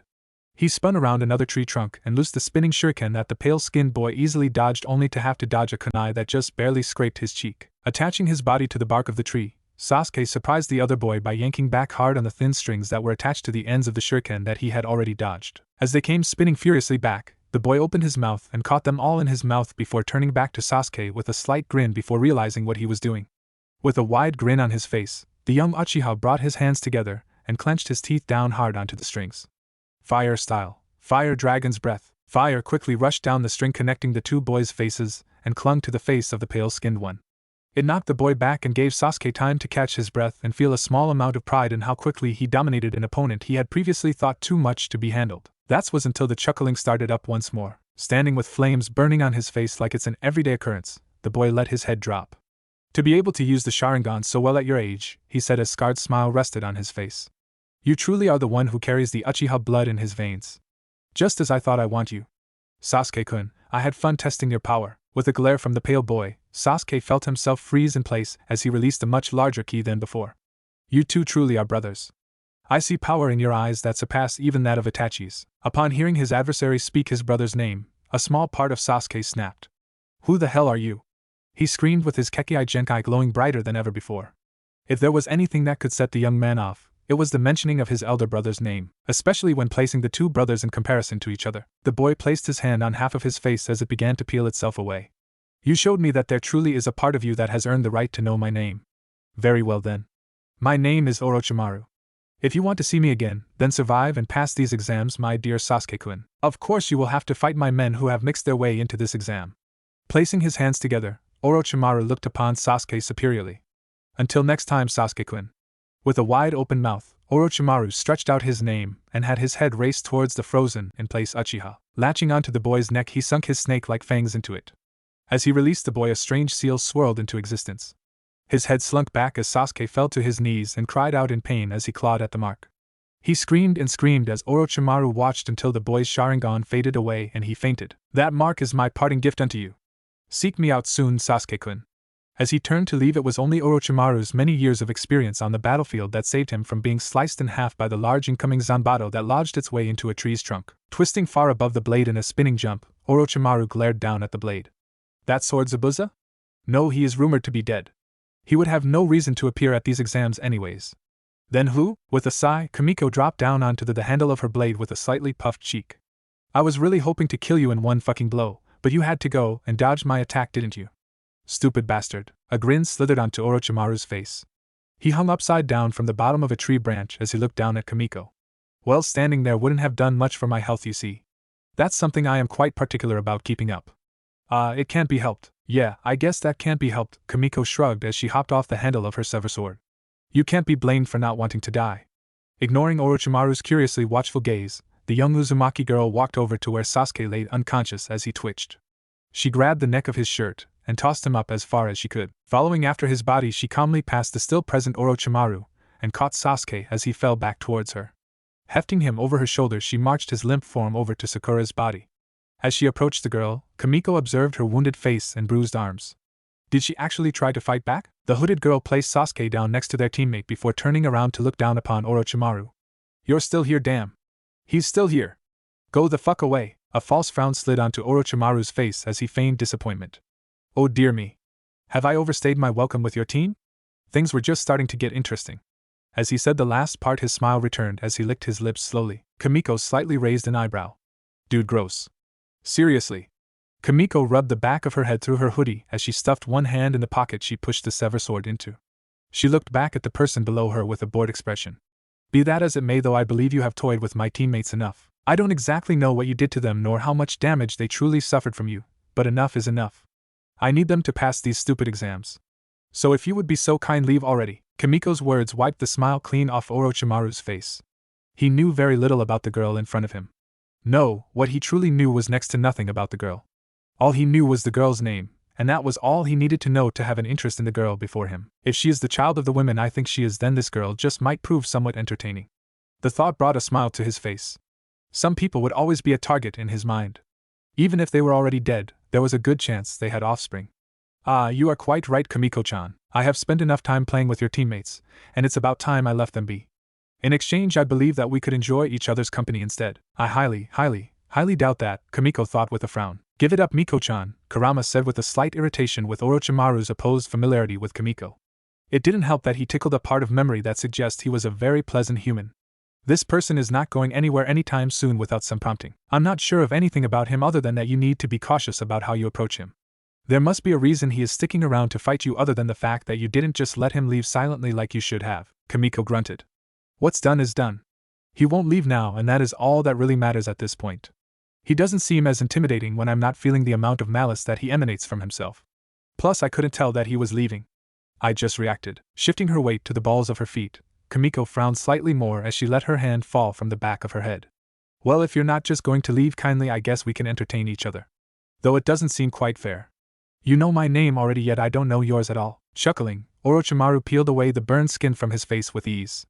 Unlike the girl, you intrigue me to the point that you seem like someone who might deserve to know my name.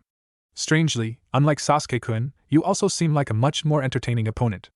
So forgive me for not introducing myself to you earlier, my Kamiko-chan. My name is Orochimaru, and once again it was the man's years of battlefield knowledge that allowed him to dodge the sudden swipe of the severe sword that would have taken his head otherwise and move on to another branch. Frowning, Orochimaru looked at the girl that was now crouching in the spot he had previously been standing.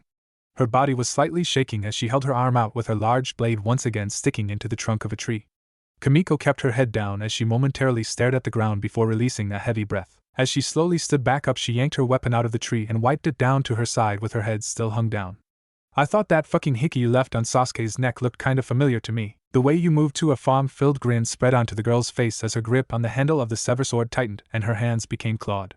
Orochimaru, the wretched traitor of the Leaf Village, I'm going to enjoy kicking your ass, and once I'm done beating the living shit out of you like a rag doll. Lifting her head suddenly, Kamiko met the legendary ninja's smirking face with a wildly smiling face and crimson red eyes. I'm gonna hand your head over to Anko-nichan and let her flush it down the toilet like the piece of shit you are. As the sun slid out of the sky lazily after an exhausting day, Anko flew through the forest as fast as she could push herself to go.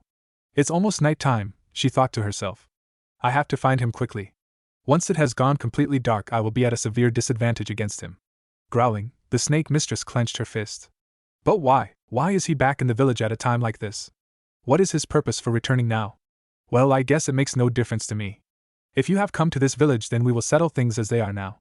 You are now a handbook-esque dangerous person. I have to stop you even if it ends up costing me my life. And if that's not possible, then at most I must slow him down until the ANBU Black Ops arrive. That is my curse, Orochimaru. As she flipped over a particularly large tree branch, a picture fluttered out of Anko's pocket and landed on a small bird's nest. Anko abruptly stopped and turned around for the picture, only to watch as a slightly large snake came by and snatched away half of the picture and the curious bird that was next to it. Eyes widening, the women took off at even higher speeds. Dear Kami, please. Please let her be safe. Behind her, the half of the picture floated away on the wind with half a smiling Kamiko on it. Sasuke and Sakura laid silently next to each other in their dark worlds as the world around shook violently over and over again. At one point, the two were nearly blown away from one of the area's more aggressive mini-quakes that sparked quite a vicious gust of wind. After that, Kamiko moved a ways away from her two teammates at the prompting of Kurama. Orochimaru slithered away as he was forced once again to avoid Kamiko's sever sword as she slammed it into the ground. The place at which the man was previously standing was torn apart in nasty explosion of force. Launching herself out of the crater that she made, she swiped at the snake's face with a clawed hand as he leaned out of her range, and she spun her body to avoid being skewered by a handful of kunai that he unleashed. As soon as her foot touched the ground, the girl slammed the sword into the ground and began striking wildly. She once again swiped at his face, expecting him to duck under it as he did, and landed a vicious kick to the side of his head that sent him flying towards a tree. Charging after his body, Kamiko reared back with an open clawed hand. Mere seconds after Orochimaru slammed into the tree, Kamiko slammed her clawed hand into his abdomen. The tree base exploded into tiny shard-like splinters that flew in all directions in a puff of brown dust as the two flew on. Letting out a primal roar, the young girl drove Orochimaru forward with her through tree after tree. Wind style, gale force palm. Pushing him forward with even more strength, the young Uzumaki child sent the snake sailing into the side of an amazingly large tree with a gale of razor-sharp wind blazing after him. With a resounding explosion, the tree fell on top of Orochimaru, as it lost its bottom half along with many other nearby trees that piled on top of each other to make what appeared to be a makeshift grave from the ex-Konoha ninja. Kamiko turned a fiery gaze behind her, as she felt Orochimaru's malice-filled presence appear behind her. Orochimaru looked upon the girl in front of him with a pleased grin. Kamiko's hood had fallen off her head as her blazing red hair whipped about her body in many directions. Her body was practically soaked up in the demonic flow of Kurama's chakra as she let her rage fill her. While standing with her back to the legendary ninja but her head turned, the girl seemed truly demonic to Orochimaru. I knew the power of a Jinchuriki could be immense, but this girl is untrained and she is wielding the power quite skillfully. That or she is in just that big of a rage.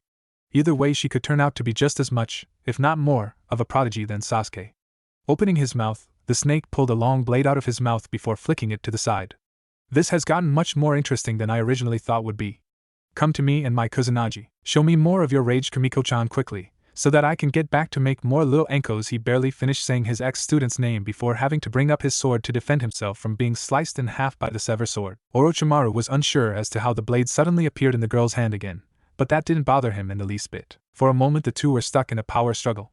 With a grunt and a small amount of focused wind nature, Orochimaru was able to momentarily force Kamiko away from him before the two engaged in a furious bout of swordplay.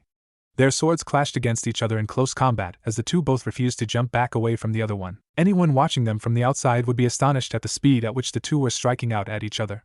Neither was giving ground as their blades continuously met with resounding clashes. The force of their attacks forced out sharp gusts of winds that raged in all directions and scarred the earth beneath their feet and the nearby trees around them. Their blades could barely be seen as they swung them at each other, intent on ending the other's life with the very next blow. Orochimaru's eagerness grew with each passing moment of their bout. It had been much too long since he was last given the time actually enjoy testing the skills of another ninja on the battlefield. Kamiko may have been only a genin, and a young one at that, but the amount of bloodlust and power at her disposal was enough to compensate for that. As time went on, the snake progressively got faster and faster. It was soon at the point that Kamiko was no longer just attacking, but attacking and defending herself, and soon she was put completely on the defensive by the superior shinobi.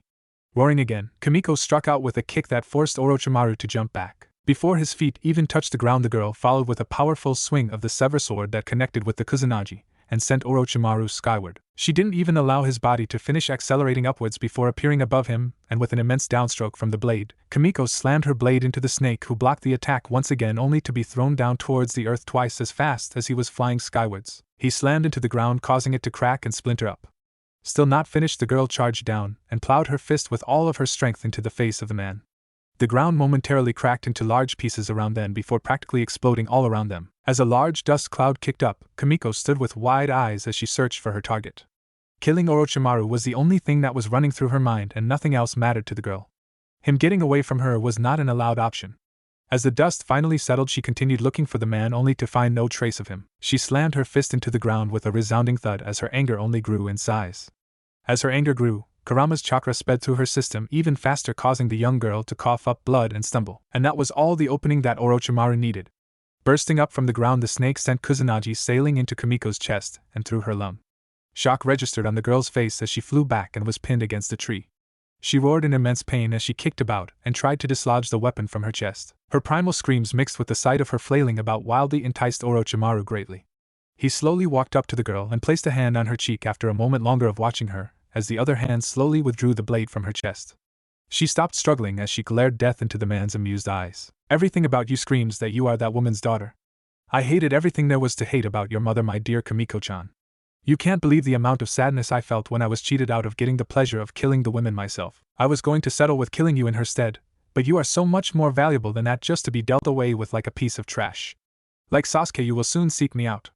With a wide mouth, the man went to sink his fangs into the girl's neck as well, but was stopped as she took a deep breath and released a roar filled with hatred. With the power of Kurama's demonic energy behind it, the roar sent Orochimaru tumbling backwards with Kusanagi in hand. Kamiko dropped to her feet and stumbled momentarily before gripping the handle of her sever sword with both of her hands tightly and lifting it high above her head. Curiously, Orochimaru watched as he picked himself off the ground and observed the girl once more. The demonic chakra all about her body began growing at a much faster rate until it was to the point it covered the point of the blade above. The ground beneath the girl's feet cracked and began giving way from the pressure and previous abuse it had already faced. A chillingly wild grin split Kamiko's face in half as her body bent backwards. Run! Was the one instinct that sprung up in Orochimaru's mind and heart that told him that he was actually in danger as Kamiko suddenly swung the sever sword with all her strength, let loose one last scream, and slammed it into the ground. As the swinging arch of the blade came to an end, a fiery burst of scorching hot wind and demonic energy that tore apart anything was released. It raced forward with immense speed and power and tore apart everything in its path while leaving burn marks on everything next to it. Everyone in the village felt fear suddenly enter their hearts for a reason that many were unable to understand. All of them that were old enough had flashback of the Kyuubi attack many years ago. The only ones who would ever understand were those shinobi and kunoichi who could see the Forest of Death and the Tower of Red Death that nearly raced out of it before stopping just before the gates. though the heat was still strong enough to partially melt the gate. If anyone had wings to soar above the forest as the attack had been raging, they would have thought the attack nothing more than an oddly beam of spiky red fire. At the attack's origin, Kimiko wavered on her feet. She swayed back and forth as she used her sword to hold herself up. "Kimiko, that was extremely foolish of you," Kurama said with obvious disappointment in her voice. "You could have killed yourself with the amount of chakra you were taking from me. We have not trained for you to use it like that, and you shut the hell up, Kurama. That fucker finally paid for the shit that he did to Anko Wenshin. So I don't give a hot damn about what could have happened when nothing fucking happened." Anger still burned furiously in the very pit of Kimiko's stomach as she stuffed the severed sword back into her pocket and stumbled about. "Young lady, I will not have you speaking to me like. You are angry and I can understand that, but you need to watch that tongue of yours before it gets you in trouble." "Oh, I'm so fucking scared now. The big bad fox is getting all mad with me. Someone call for backup, we have a serious piss fit going on here now. If you don't watch your tone, Kimiko." Kurama was not trying to argue with the young girl but found no way past the girl's rage. "Shut up. Shut up. Shut up. I don't need to listen to your shit. I did what had to be fucking done to beat the TME who caused harm to someone precious. You know, the type of person I thought I was to you." More and more of Kurama's chakra racing through her system, consuming the young girl. "Kimiko, you are precious to me." Just what you were doing was slight hurt had entered the fox's voice, but Kimiko was unable to hear it. "Was what? The wrong thing to do, right? That's coming from a fucking demon who rampaged on a village, killed hundreds for no fucking reason. I fight to kill one person to protect someone, and you slaughter a bunch of innocents for no reason at all. Yeah, I'm totally the fucked up one here," Kimiko growled as she crossed her arms slowly and kneeled down. She was finding it somewhat hard to breathe, but cared little about that. "That was uncalled for, Miko ch. Don't you dare call me that, you bitch. I just killed a fucking S-class shinobi on my own. Fucking S-class. I thought you would be at least a small bit proud of me, but no, you just tried to make me feel like shit for it. Fuck you, Kyubi. I don't need someone like you trying to do that to me." Stunned and hurt, silenced, answered Kimiko as struggled back to her feet. "Just leave me the fuck alone." Slowly the demonic chakra consuming began to fade until it was completely gone. Turning around brought the girl face to face with a smirking Orochimaru. "Hello, I can't leave you alone just yet, my dear." Grabbing the surprised and drained girl by the throat with his tongue, the snake lifted the girl's clothing to reveal her seal that was clearly showing on her stomach. Quickly flashing through a few hand signs and having one hand glow with sickly colored chakra, the man slammed his fingers and thumb into the girl's abdomen before dropping her to the ground. As the Kimiko coughed horribly and withered on the ground, Orochimaru smiled as he turned and walked away. "That girl is a loose cannon. While she is quite entertaining, she is too unstable for me to leave unchained if I want my plans to go uninterrupted. Until we meet again, Kimiko-chan." Laying on her side, Kimiko coughed violently as her body shook horribly. Her sight was slowly beginning to fade. "Damn, what did that fucker do to me? My chakra feels all wrong and I can't feel," the girl gasped as she felt about herself frantically. "Kurama? Kurama? Where are you? Hey Kurama?" No matter how silent the fox demon would get, the two had become so connected on a mental and emotional level that Kimiko was always able to sense the woman inside her. Now she sensed nothing but emptiness. "Kurama, come on, this isn't funny." "Okay, I'm sorry. I was wrong and you were right. Now stop playing around. Answer me already." Tears slid from her eyes as she rolled onto her back, and all that was left in her eyes was a small pinprick of light. "Kurachan, please, I'm sorry, please answer me, Kurachan." Finally she fell into complete darkness. "Please don't leave me, mother." "Miko-chan." Enko was being treated as many ANBU Black Ops members scattered about the forest in search of Orochimaru, and to see if any genin were unfortunate enough to be caught up in Kimiko's rage-filled attack. Laying on her back to the side of the trench dug by said attack, Enko had severe burns that covered most of her right arm and side, along with a few other injuries from foolishly facing Orochimaru in her injured and weakened state. As the medic ninja attended to her wounds, the woman's mind drifted away. "Miko-chan, please be okay. The doctor said it would help," she thought as she did as she was told. "But this is really uncomfortable, and it hurts my throat even more too. Why does it have to be something so big?" Pulling back, a little girl shook her head as she let out a ragged cough. Is this really gonna help my throat feel better, Dr. Kimura?" "I feel like it is making it worse," the little girl said in a rasped voice. "I mean, I trust you in everything, but it really hurts him. This is wrong.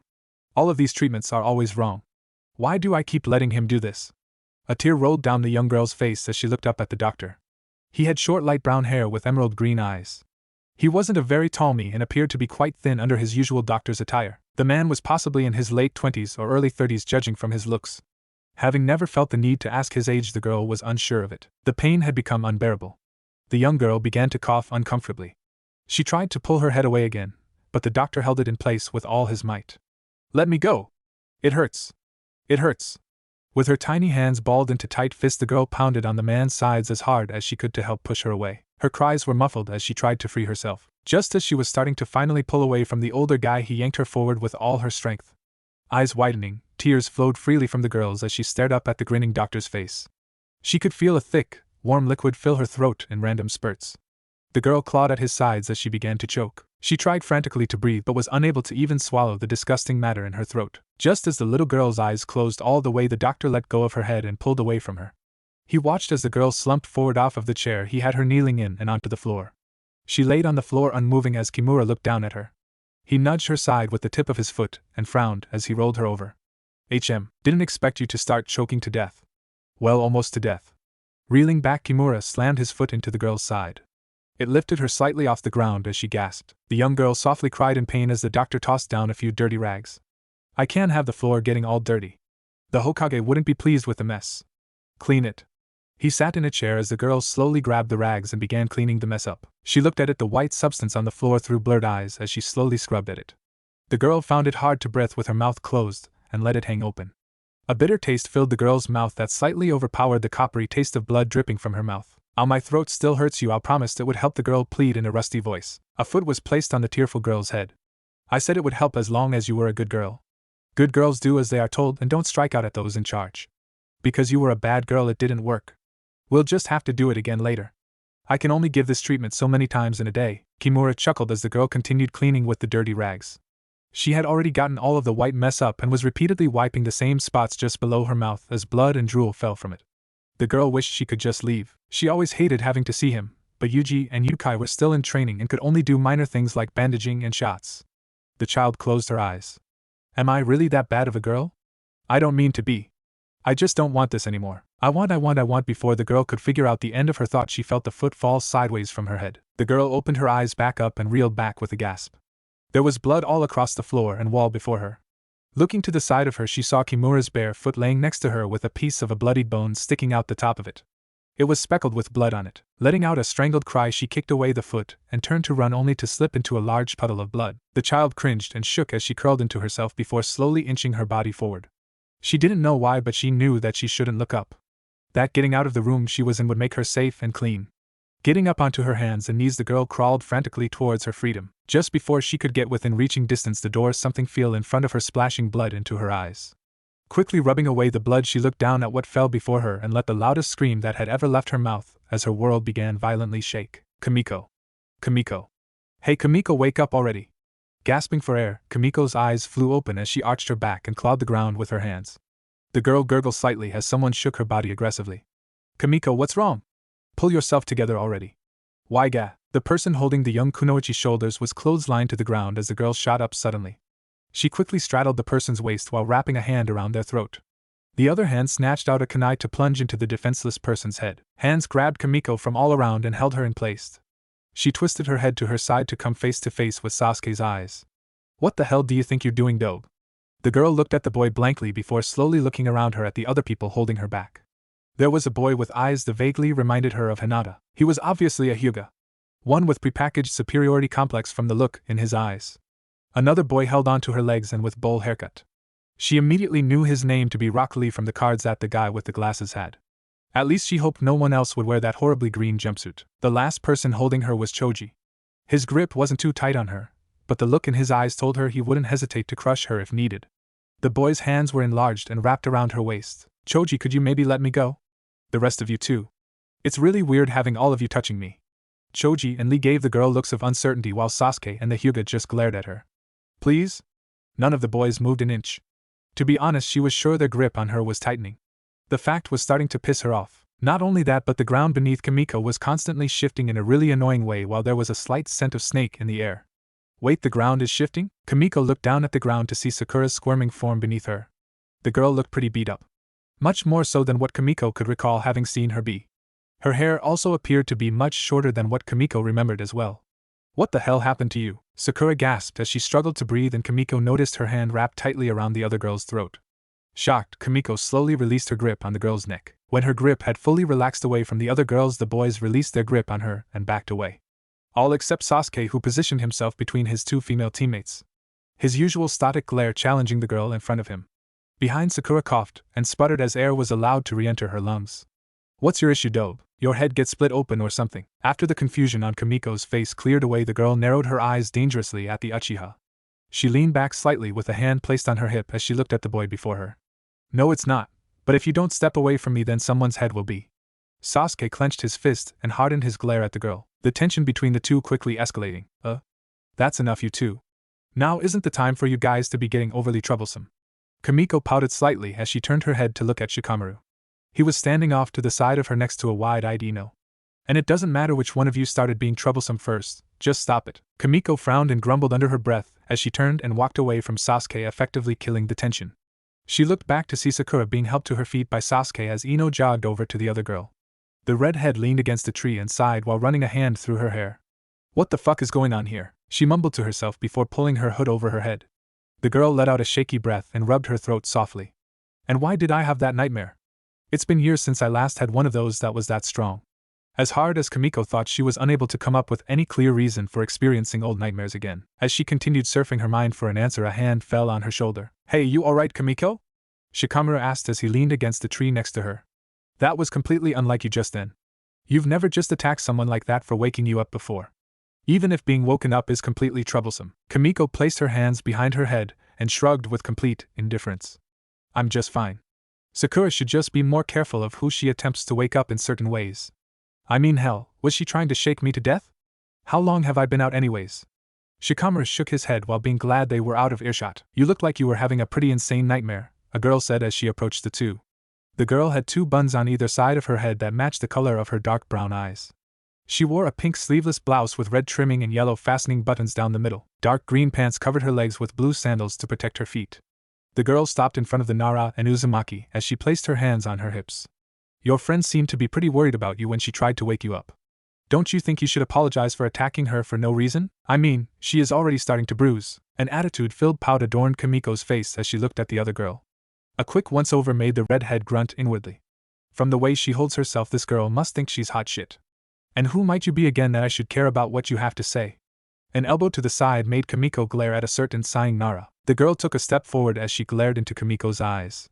My name is Higurashi Tenten, a member of Team 9, or Team Guy to any who sees it differently. I'm also a genin of Konoha just like you. The only difference being Tenten stepped forward until she was chest to chest with Kamiko. I've got much more experience than you. I can tell just from looking at you that you think you're pretty damn good, and maybe you're right, but I can assure you I'm better. So apologize to your teammate before you piss me off. Kamiko blinked with wide eyes as she looked at Tenten before they slowly began to narrow. She didn't expect the other girl to just come straight at her the way she did. The redhead was actually not used to being confronted on the level that she just was, and for some reason she found it pissed her off. Before I piss you off, huh? Well, I don't care about that, cause you're still no one important. I'm not apologizing to anyone for anything. Kamiko gave Tenten a heavy shove to the chest and made the girl stumble backwards as she stepped forward. Especially to someone I don't really like, because someone I already don't like told me to. So leave me alone before you figure out how pissed off I am already. As Tenten regained her balance, the girl's face turned a deep shade of crimson red. With shaking fists, she started slowly back towards the redhead who had pushed her away. The tension between the two females picking up with each and every step. Tenten's hand slid to the weapons pouch on the side of each of her legs as she ready to attack. Tenten, that's enough. Kamiko lazily let her eyes drift to the voice's source while Tenten whipped her head around. The girls looked at the Hyuga as he looked straight at them while somehow managing to also look down on them. Tenten went to argue with the boy only to be cut off. We don't have the time to waste on a nobody like her. You could easily beat this girl anyways. Save the loser's humiliation for a time when it's actually needed. It's time to go. Tenten gritted her teeth as she glanced back at Kamiko before walking away towards her green-clad teammate. She grabbed the boy Lee by the collar of his shirt as she passed by him with a scowl on her face. Tenten, what is wrong? The look on your face is most unyouthful. The girl just threw the boy a quieting glance before stomping out of the clearing they were in with the Hyuga following after them calmly. As they left, Sakura, Choji, and Ino watched them with confused looks on their faces. Having been just a bit too far away to hear or take any notice of the confrontation between the two kunoichi. Sasuke, on the other hand, was glaring straight at Kamiko. He had seen the entire argument between the girls, and was curious as to what had transpired between them. Kamiko stood unmoving as she looked at the spot where the Hyuga boy used to be. She was hoping that the Hyuga would mysteriously reappear back in the spot he was in, and suddenly catch a blaze from the intensity of her glare. Of course she knew it wouldn't happen, but a girl can dream. You can let me go now, Kamiko said with a sigh as she closed her eyes. Slowly standing from a kneeling position, Shikamaru released his hold on the girl in front of him. He watched the girl as her body relaxed, and she leaned back onto the tree next to him. Team Guy, huh? What was that? You had to go and pick a fight with somebody as soon as you woke up, didn't you? Twice for that matter. Shikamaru scratched the side of his head while he placed a hand on his hip. Why couldn't you just apologize? It's simply really. I don't like that girl and won't let her boss me around just because she feels she can. Kamiko stretched and pushed away from the tree they were leaning on before turning to look at her friend. Plus, if I apologize, it's like I'm admitting that I was wrong for what I did, and you weren't? The two friends looked at each other for a moment before they both sighed and looked towards the sky. Let's not worry about it anymore. This entire situation is just far too troublesome. Kamiko just shrugged in response. And we're halfway into the second day of the test.